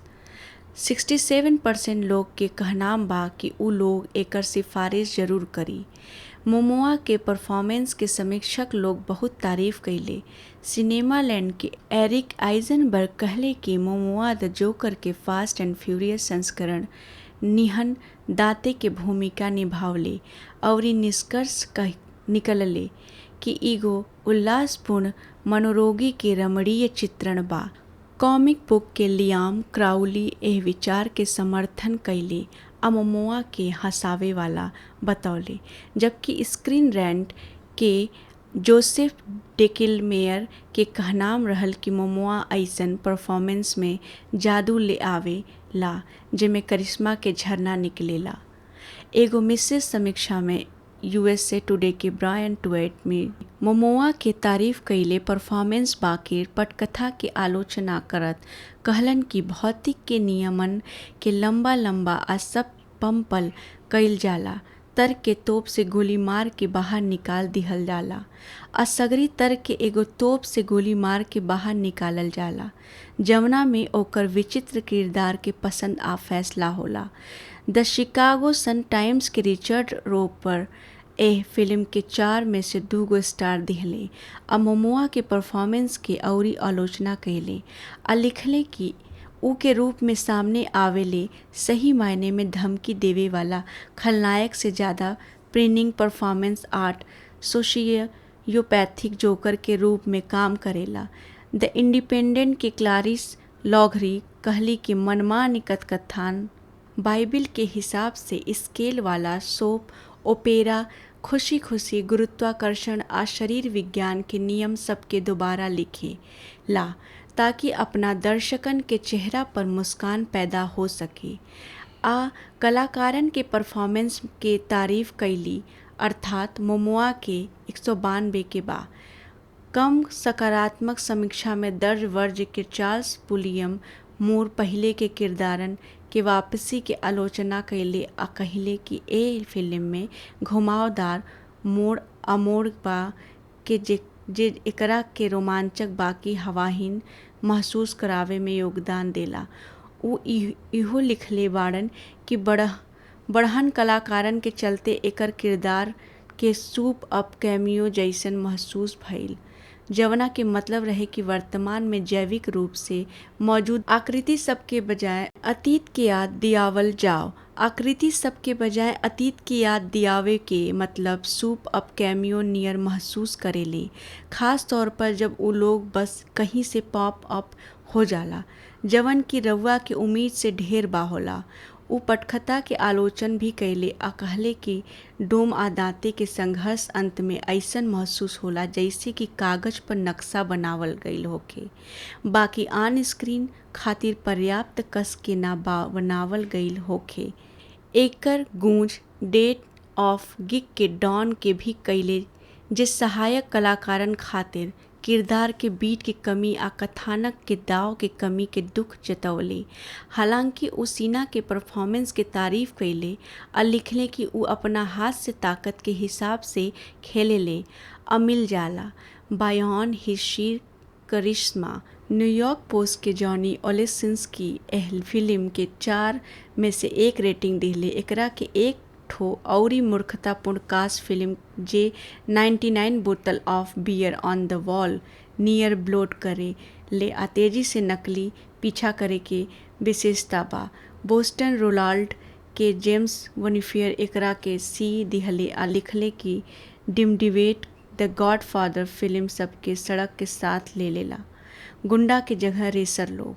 गिद्ध के एलिसन बिलमोर लिटेरियस के निर्देशन की आलोचना कैले आ लिखली कि ई फिल्म ऐसन खेलेला जैसे कि ई मौजूदा फिल्म सब से परिचित अल द्वारा बनावल गईल होखे, बाकी खुद कुछ सुसंगत थुक देवे के काम पूरा तरीका से ना होखे आ एकर कथानक के उनाम से भिड़ंगा बतौली। वो एकरा कलाकारन के भी आलोचना कैले कि फूल फूलल बा एकर संवाद के प्रचार के उद्देश्य से बिना संदर्भ के क्लिप के इस्तेमाल करे ता खातिर इंजीनियरिंग कैले गईल महसूस कैले। ए निष्कर्ष पर पहुँचले कि फास्ट एक्स देखल सिर में चोट लागे के एहसास होला।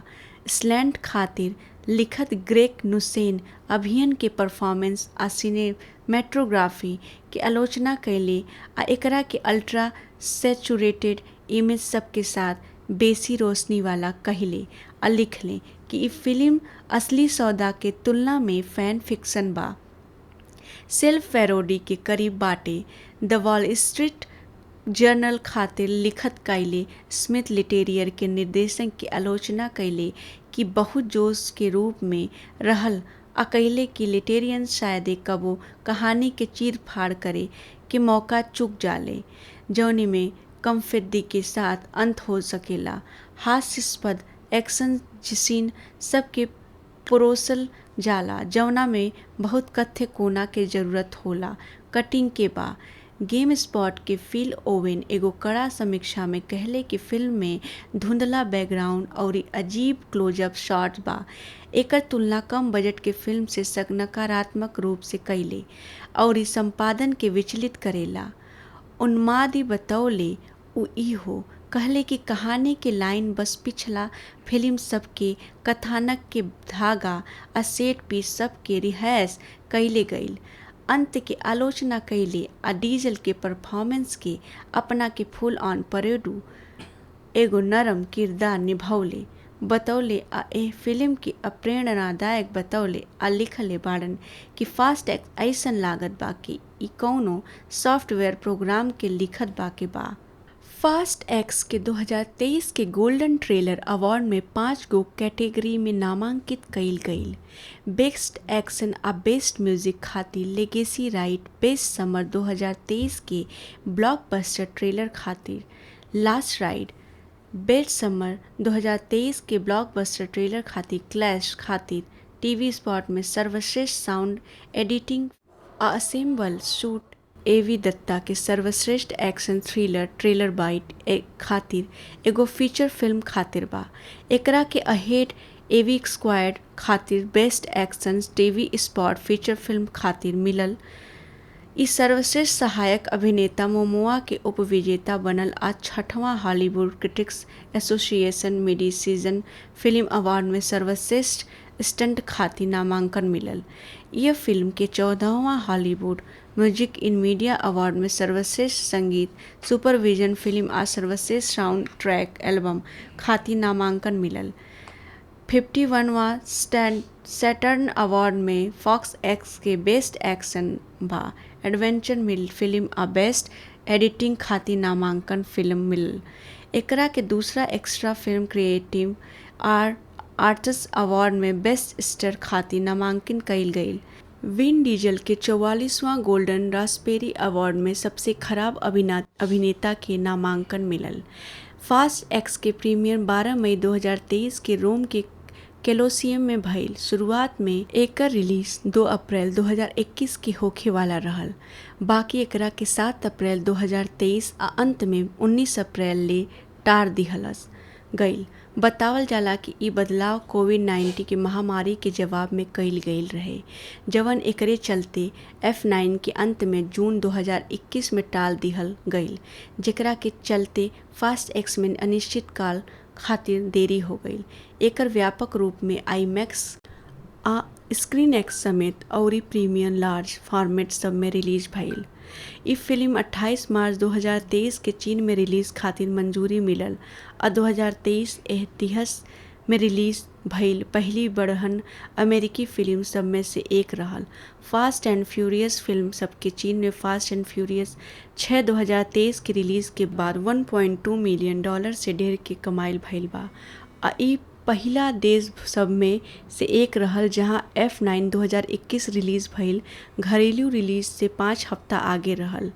फास्ट एक्स जेकरा के फास्ट एंड फ्यूरियस 10 भी कहल जाला एगो आवे वाली अमेरिकी एक्शन फिल्म हवे जेकर निर्देशन लुई लेटेरियर कइले बाणे आ एकर पटकथा जस्टिन लिन, जैक डीन आ डैन मजेयू के लिखल बा। ई F9 के 2021 के सीक्वल हवे। 10वीं आ उप अंतिम मुख्य किस्त के रूप में काम करेला आ फास्ट एंड फ्यूरियस फ्रेंचाइजी के 11वीं फुल लेंथ फिल्म हवे। एह फिल्म में Vin Diesel, Michelle Rodriguez, Tyrese Gibson, Chris Ludacris Bridges, Jason Momoa, Nathalie Emmanuel, Jordana Brewster, John Cena, Jason Statham, Sung Kang, Alan Ritchson, Daniel Melchior, Scott Eastwood, Helen समेत कई गो ensemble कलाकार लोग के मुख्य भूमिका बा। अमीरेन चार्लीज थेरन, ब्री Larsen आ रीता मोरेनो के नाम शामिल बा। 2014 के बाद 10वीं फिल्म के योजना रहल आ अक्टूबर 2020 से 2 भाग के फाइनल की योजना रहल। लीन के मुख्य कलाकारन के संगे निर्देशन में वापसी के पुष्टि भइल। एह फिल्म के आधिकारिक टाइटल के खुलासा तब भइल जब अप्रैल 2022 में प्रिंसिपल फोटोग्राफी शुरू भइल। लीन ओह महीना के अंत में रचनात्मक मतभेद के हवाला देत निर्देशक के पद छोड़ दिहलें। हालांकि उन लेखन आ निर्माण के श्रेय बरकरार रखलें। एकरे बाद लिटेरियर के एक हफ्ता बाद इनके जगह के रूप में काम पर रखल गईल। अपटकथा के कई गो बिना श्रेय के रीराइटिंग कैले। लंबा समय से फ्रेंचाइजी संगीतकार रहल ब्रायन टायलर ए फिल्म के स्कोर करे खातिर वापस आ गए। अनुमानित प्रोडक्शन बजट $34 करोड़ के साथ ई अब तक के बनल 5वां सबसे महंगा फिल्म बा। फिल्मांकन ओ अगस्त ले चलल आ लंदन, रोम, ट्यूरिन, लिस्बन आ लॉस एंजलिस में भइल।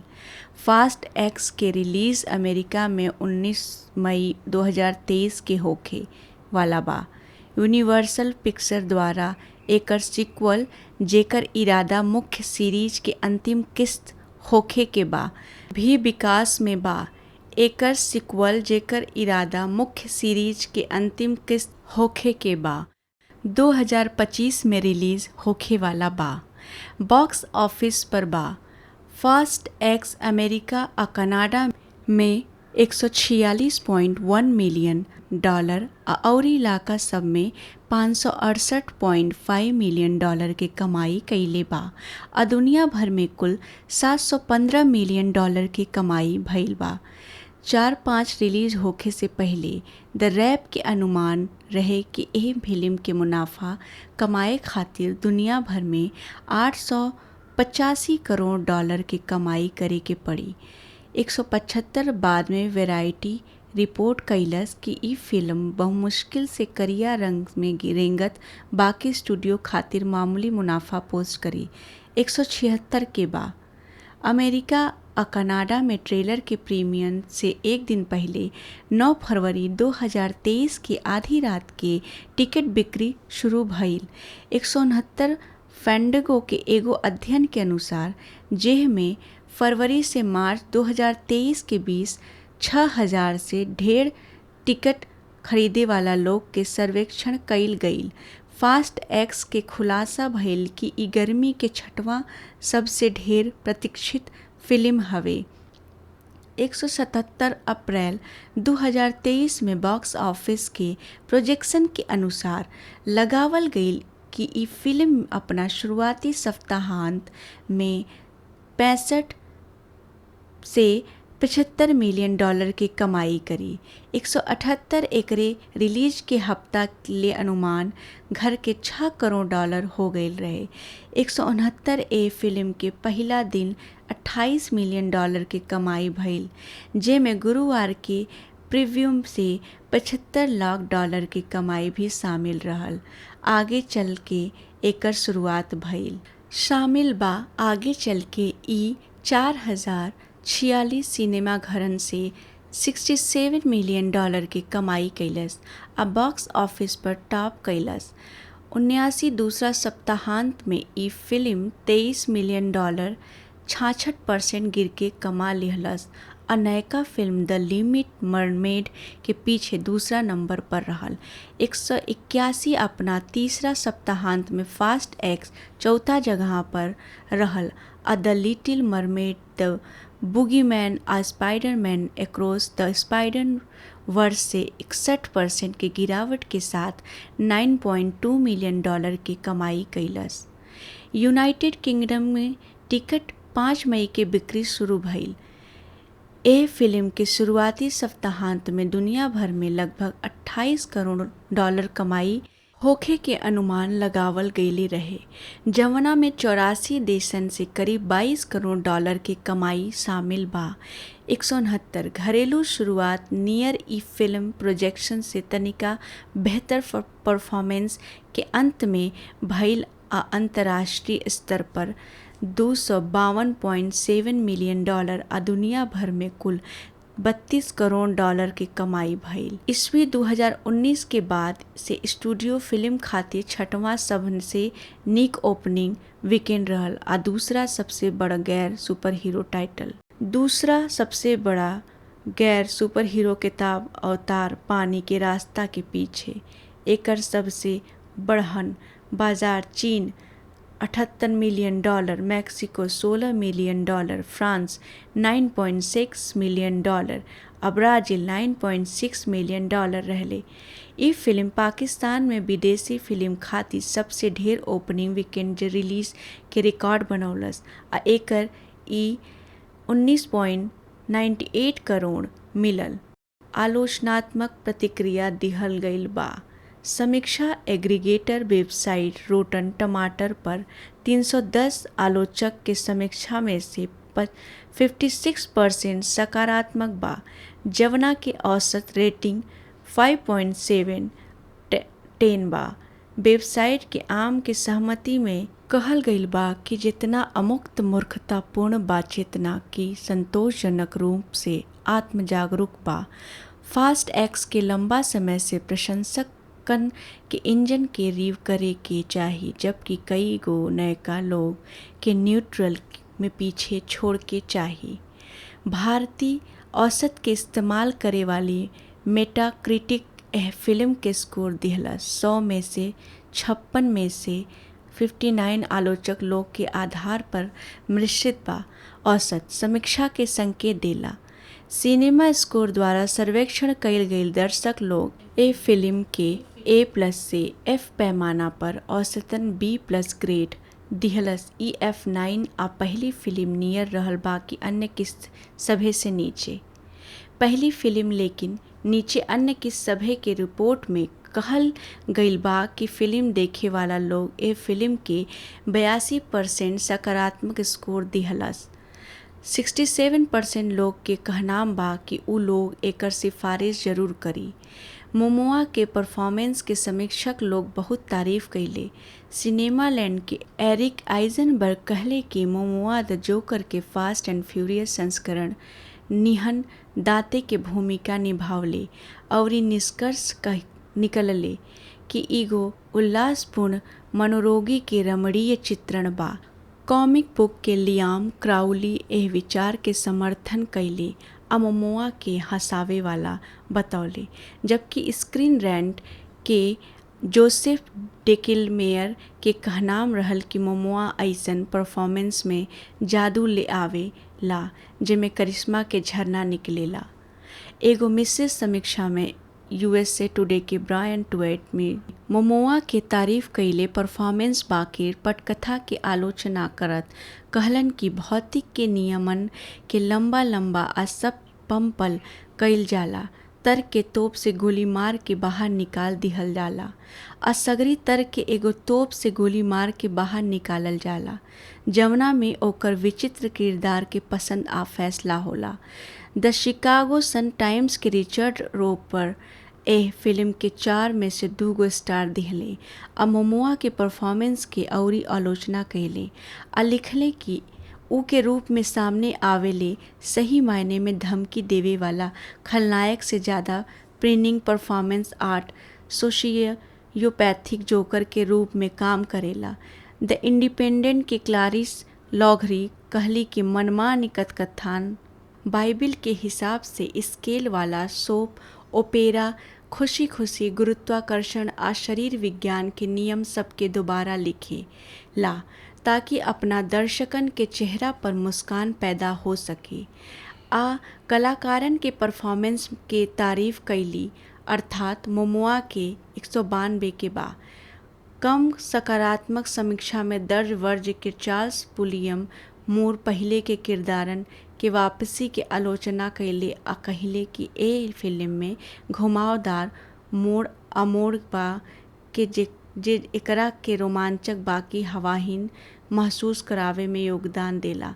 उ इहो लिखले बाड़न कि बढ़हन कलाकारन के चलते एकर किरदार के सूप अप कैमियो जैसन महसूस भइल, जवना के मतलब रहे कि वर्तमान में जैविक रूप से मौजूद आकृति सबके बजाय अतीत के याद दियावल जाओ। आकृति सबके बजाय अतीत की याद दियावे के मतलब सूप अप कैमियो नियर महसूस करेले, खास तौर पर जब वो लोग बस कहीं से पॉप अप हो जाला जवन की रउआ के उम्मीद से ढेर बा होला।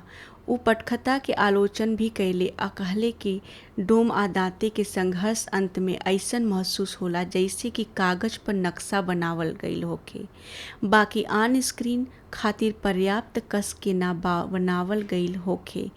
एकर गूंज डेट ऑफ गिग के डॉन के भी कैले, जे सहायक कलाकारन खातिर किरदार के बीट की कमी आ कथानक के दाव के कमी के दुख जतवले।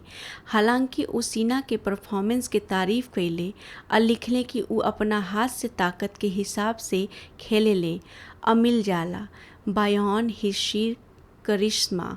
न्यूयॉर्क पोस्ट के जॉनी ओलेसिंस्की एह फिल्म के 4 में से 1 रेटिंग दिले। एकरा के एक ठो औरी मूर्खतापूर्ण कास्ट फिल्म जे 99 बोतल of beer on the wall near ब्लोट करे ले आ तेजी से नकली पीछा करे के विशेषता बा।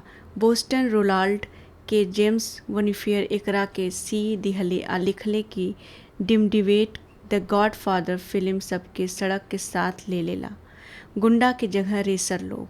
गिद्ध के एलिसन बिलमोर लिटेरियस के निर्देशन की आलोचना कैले आ लिखली कि ई फिल्म ऐसन खेलेला जैसे कि ई मौजूदा फिल्म सब से परिचित अल द्वारा बनावल गईल होखे, बाकी खुद कुछ सुसंगत थुक देवे के काम पूरा तरीका से ना होखे आ एकर कथानक के उनाम से भिड़ंगा बतौली। वो एकरा कलाकारन के भी आलोचना कैले कि फूल फूलल बा एकर संवाद के प्रचार के उद्देश्य से बिना संदर्भ के क्लिप के इस्तेमाल करे ता खातिर इंजीनियरिंग कैले गईल महसूस कैले। ए निष्कर्ष पर पहुँचले कि फास्ट एक्स देखल सिर में चोट लागे के एहसास होला।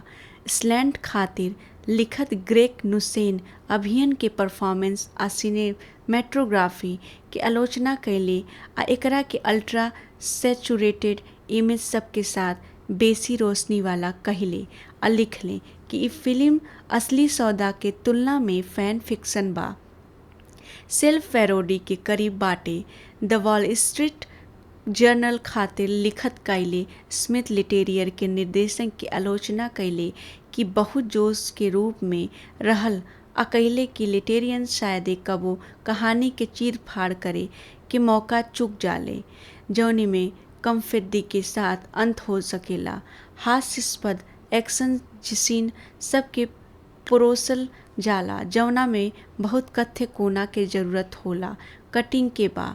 गेम स्पॉट के फिल ओवेन एगो कड़ा समीक्षा में कहले कि फिल्म में धुंधला बैकग्राउंड और अजीब क्लोजअप शॉट्स बा। एकर तुलना कम बजट के फिल्म से नकारात्मक रूप से कैले और संपादन के विचलित करेला। उन्मादी बतौले उ इहो कहले कि कहानी के लाइन बस पिछला फिल्म सबके कथानक के धागा आ सेट पीस सबके रिहायस कैले गईल। अंत के आलोचना कैले आ डीजल के परफॉर्मेंस के अपना के फुल ऑन परेडू एगो नरम किरदार निभौले बतौले आ एह फिल्म के अप्रेरणादायक बतौले आ लिखले बाड़न कि फास्ट एक्स ऐसन लागत बा कि ई कौनो सॉफ्टवेयर प्रोग्राम के लिखत बा के बा।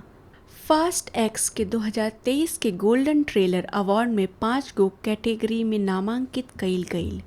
बेस्ट एक्शन आ बेस्ट म्यूजिक खातिर लेगेसी राइट, बेस्ट समर 2023 के ब्लॉकबस्टर ट्रेलर खातिर लास्ट राइड, बेस्ट समर 2023 के ब्लॉकबस्टर ट्रेलर खातिर क्लैश खातिर टीवी स्पॉट में सर्वश्रेष्ठ साउंड एडिटिंग असेंबल शूट एवी दत्ता के सर्वश्रेष्ठ एक्शन थ्रिलर ट्रेलर बाइट खातिर एगो फीचर फिल्म खातिर बा।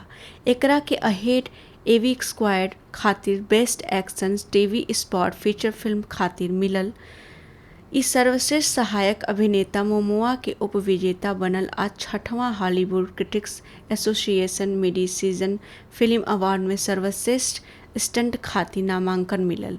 यह फिल्म के 14वां Hollywood music in media award में सर्वश्रेष्ठ संगीत सुपरविजन फिल्म आ सर्वश्रेष्ठ साउंड ट्रैक एल्बम खातिर नामांकन मिलल। 51वां सैटर्न अवार्ड में फॉक्स एक्स के बेस्ट एक्शन बा एडवेंचर फिल्म आ बेस्ट एडिटिंग खातिर नामांकन फिल्म मिलल। एकरा के दूसरा extra film creative arts award में बेस्ट स्टार खातिर नामांकन कइल गईल। विन डीजल के 44वां गोल्डन रास्पबेरी अवार्ड में सबसे खराब अभिनेता के नामांकन मिलल। फास्ट एक्स के प्रीमियर 12 मई 2023 के रोम के कोलोसियम में भइल। शुरुआत में एकर रिलीज 2 अप्रैल 2021 के होखे वाला रहल, बाकी एकरा के 7 अप्रैल 2023 आ अंत में 19 अप्रैल ले टार दिहलस गईल। बतावल जाला कि ई बदलाव कोविड-19 के महामारी के जवाब में कइल गईल रहे, जवन एकरे चलते F9 के अंत में जून 2021 में टाल दिहल गईल, जेकरा के चलते फास्ट एक्स में अनिश्चित काल खातिर देरी हो गईल। एकर व्यापक रूप में आईमैक्स आ स्क्रीन एक्स समेत अउरी प्रीमियम लार्ज फॉर्मेट सब में रिलीज भइल। ई फिल्म 28 मार्च 2023 के चीन में रिलीज खातिर मंजूरी मिलल आ 2023 इतिहास में रिलीज भइल पहली बड़हन अमेरिकी फिल्म सब में से एक रहल। फास्ट एंड फ्यूरियस फिल्म सबके चीन में फास्ट एंड फ्यूरियस 6 2023 के रिलीज के बाद $1.2 मिलियन से ढेर के कमाइल भइल बा आ ई पहिला देश सब में से एक रहल जहां F9 2021 रिलीज भइल घरेलू रिलीज से 5 हफ्ता आगे रहल। फास्ट एक्स, जेकरा के फास्ट एंड फ्यूरियस 10 भी कहल जाला, एगो आवे वाली अमेरिकी एक्शन फिल्म हवे जेकर निर्देशन लुई लेटेरियर कइले बाणे आ एकर पटकथा जस्टिन लिन, जैक डीन आ डैन मजेयू के लिखल बा। ई F9 के 2021 के सीक्वल हवे। 10वीं आ उप अंतिम मुख्य किस्त के रूप में काम करेला आ फास्ट एंड फ्यूरियस फ्रेंचाइजी के 11वीं फुल लेंथ फिल्म हवे। एह फिल्म में Vin Diesel, Michelle Rodriguez, Tyrese Gibson, Chris Ludacris Bridges, Jason Momoa, Nathalie Emmanuel, Jordana Brewster, John Cena, Jason Statham, Sung Kang, Alan Ritchson, Daniel Melchior, Scott Eastwood, Helen समेत कई गो ensemble कलाकार लोग के मुख्य भूमिका बा। अमीरेन चार्लीज थेरन, ब्री Larsen आ रीता मोरेनो के नाम शामिल बा। 2014 के बाद 10वीं फिल्म के योजना रहल आ अक्टूबर 2020 से 2 भाग के फाइनल की योजना रहल। लीन के मुख्य कलाकारन के संगे निर्देशन में वापसी के पुष्टि भइल। एह फिल्म के आधिकारिक टाइटल के खुलासा तब भइल जब अप्रैल 2022 में प्रिंसिपल फोटोग्राफी शुरू भइल। लीन ओह महीना के अंत में रचनात्मक मतभेद के हवाला देत निर्देशक के पद छोड़ दिहलें। हालांकि उन लेखन आ निर्माण के श्रेय बरकरार रखलें। एकरे बाद लिटेरियर के 1 हफ्ता बाद इनके जगह के रूप में काम पर रखल गईल। अपटकथा के कई गो बिना श्रेय के रीराइटिंग कैले। लंबा समय से फ्रेंचाइजी संगीतकार रहल ब्रायन टायलर ए फिल्म के स्कोर करे खातिर वापस आ गईले। अनुमानित प्रोडक्शन बजट $34 करोड़ के साथ ई अब तक के बनल 5वां सबसे महंगा फिल्म बा। फिल्मांकन ओ अगस्त ले चलल आ लंदन, रोम, ट्यूरिन, लिस्बन आ लॉस एंजलिस में भइल। फास्ट एक्स के रिलीज अमेरिका में 19 मई 2023 के होखे वाला बा।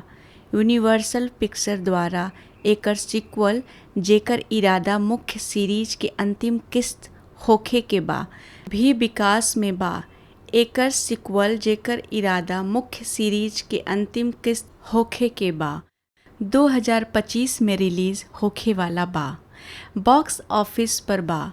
फास्ट एक्स अमेरिका और कनाडा में 146.1 मिलियन डॉलर और इलाका सब में 568.5 मिलियन डॉलर के कमाई कइले बा और दुनिया भर में कुल 715 मिलियन डॉलर के कमाई भइल बा। 4-5 रिलीज होखे से पहले द रैप के अनुमान रहे कि एह फिल्म के मुनाफा कमाए खातिर दुनिया भर में 885 करोड़ डॉलर के कमाई करे के पड़ी। 175 बाद में वैरायटी रिपोर्ट कैलस कि ई फिल्म बहुमुश्किल से करिया रंग में रेंगत बाकी स्टूडियो खातिर मामूली मुनाफा पोस्ट करी। 176 के बा अमेरिका और कनाडा में ट्रेलर के प्रीमियर से एक दिन पहले 9 फरवरी 2023 की आधी रात के टिकट बिक्री शुरू भइल। 169 फैंडगो के एगो अध्ययन के अनुसार जेह में फरवरी से मार्च 2023 के बीच 6,000 से ढेर टिकट खरीदे वाला लोग के सर्वेक्षण कइल गइल। फास्ट एक्स के खुलासा भइल कि ई गर्मी के छठवां सबसे ढेर प्रतीक्षित फिल्म हवे। 177 अप्रैल 2023 में बॉक्स ऑफिस के प्रोजेक्शन के अनुसार लगावल गइल कि ई फिल्म अपना शुरुआती सप्ताहांत में 65 से 75 मिलियन डॉलर की कमाई करी। 178 एकरे रिलीज के हफ्ता ले अनुमान घर के 6 करोड़ डॉलर हो गए रहे। 169 ए फिल्म के पहला दिन 28 मिलियन डॉलर की कमाई भइल, जेमें गुरुवार के प्रीव्यू से 75 लाख डॉलर की कमाई भी शामिल रहल। आगे चल के एकर शुरुआत भइल शामिल बा। आगे चल के ई 4046 सिनेमा घरन से 67 मिलियन डॉलर की कमाई कैलस आ बॉक्स ऑफिस पर टॉप कैलस। 79 दूसरा सप्ताहांत में ई फिल्म 23 मिलियन डॉलर 66% गिर के कमा लिहलस और नयका फिल्म द लिटिल मरमेड के पीछे दूसरा नंबर पर रहल। 181 अपना तीसरा सप्ताहांत में फास्ट एक्स चौथा जगह पर रहल और द लिटिल मरमेड द बुगीमैन आ स्पाइडरमैन अक्रॉस द स्पाइडर वर्ष से 61% की गिरावट के साथ 9.2 मिलियन डॉलर की कमाई कैलस। यूनाइटेड किंगडम में टिकट 5 मई के बिक्री शुरू भइल।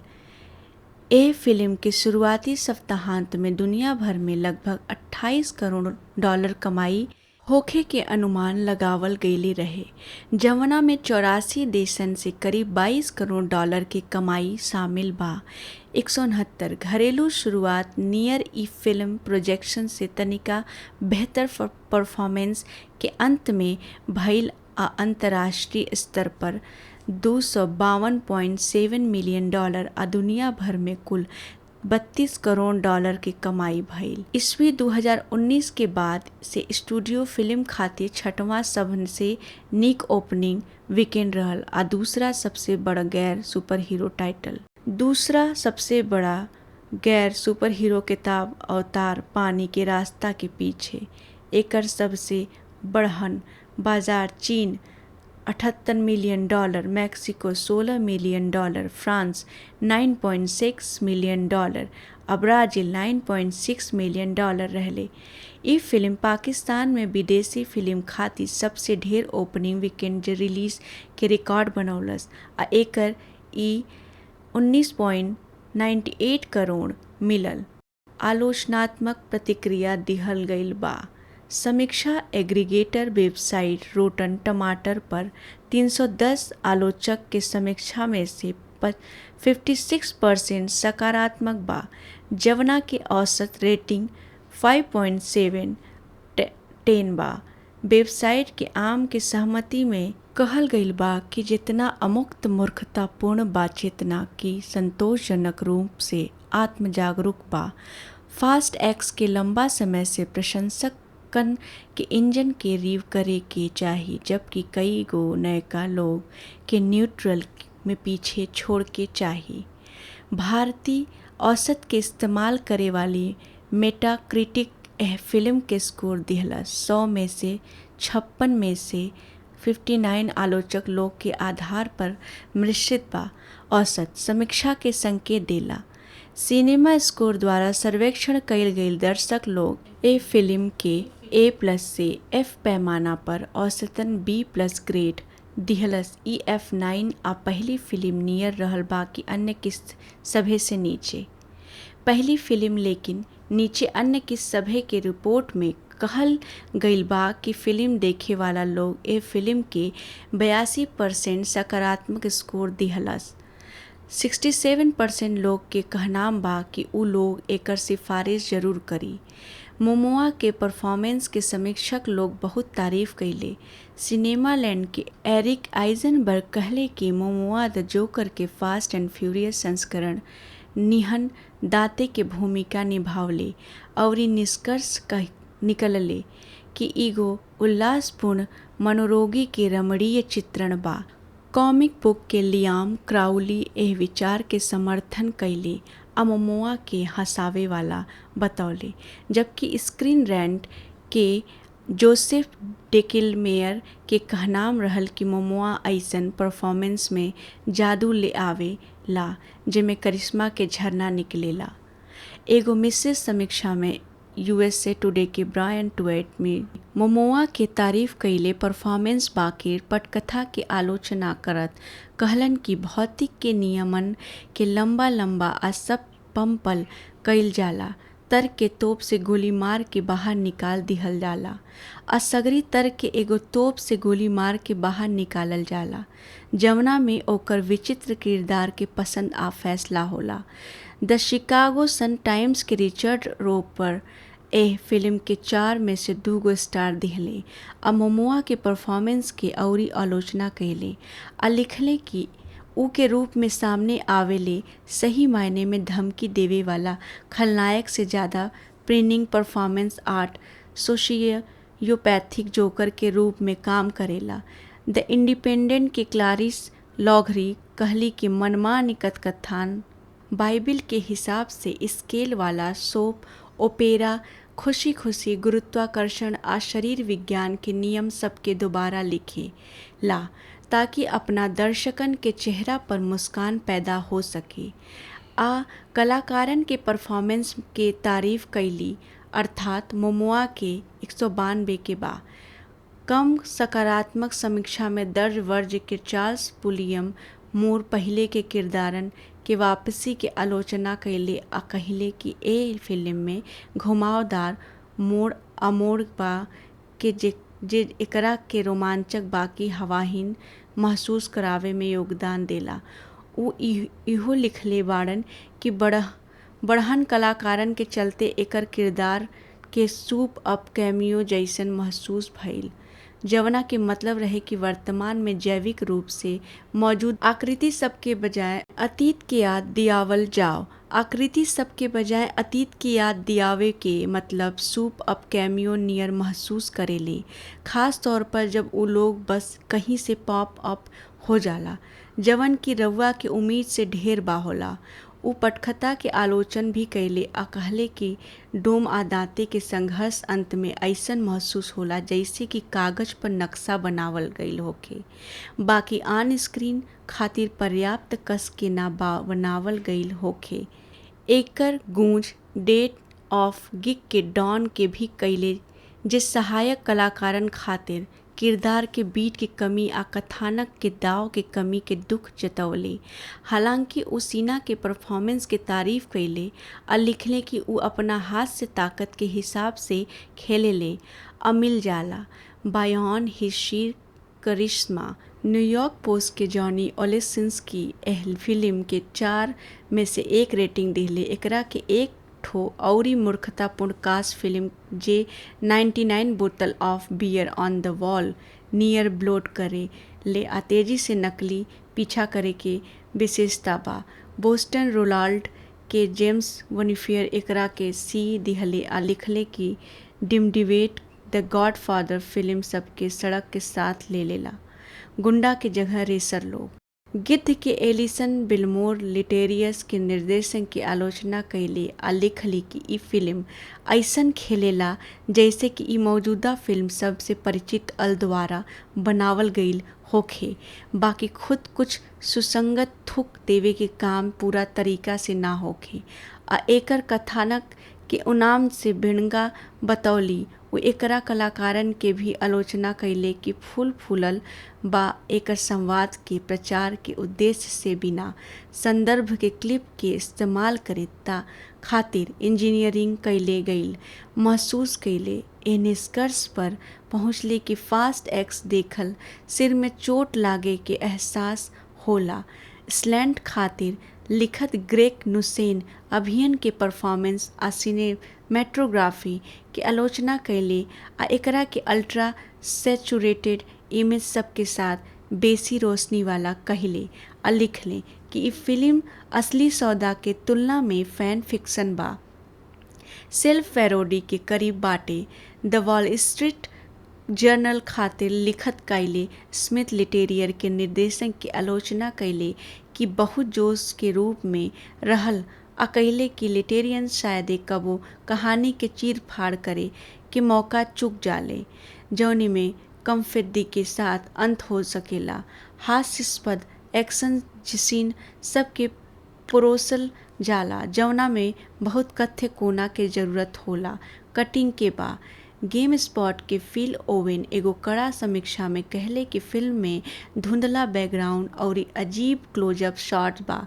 एकर तुलना कम बजट के फिल्म से नकारात्मक रूप से कैले और संपादन के विचलित करेला। उन्मादी बतौले उ हो कहले कि कहानी के लाइन बस पिछला फिल्म सबके कथानक के धागा आ सेट पीस सबके रिहर्स कैले गईल। अंत के आलोचना कैले आ डीजल के परफॉर्मेंस के अपना के फुल ऑन परेडू एगो नरम किरदार निभौले बतौले आ एह फिल्म के अप्रेरणादायक बतौले आ लिखले बाड़न कि फास्ट एक्स ऐसन लागत बा कि ई कौनो सॉफ्टवेयर प्रोग्राम के लिखत बा के बा। फास्ट एक्स के 2023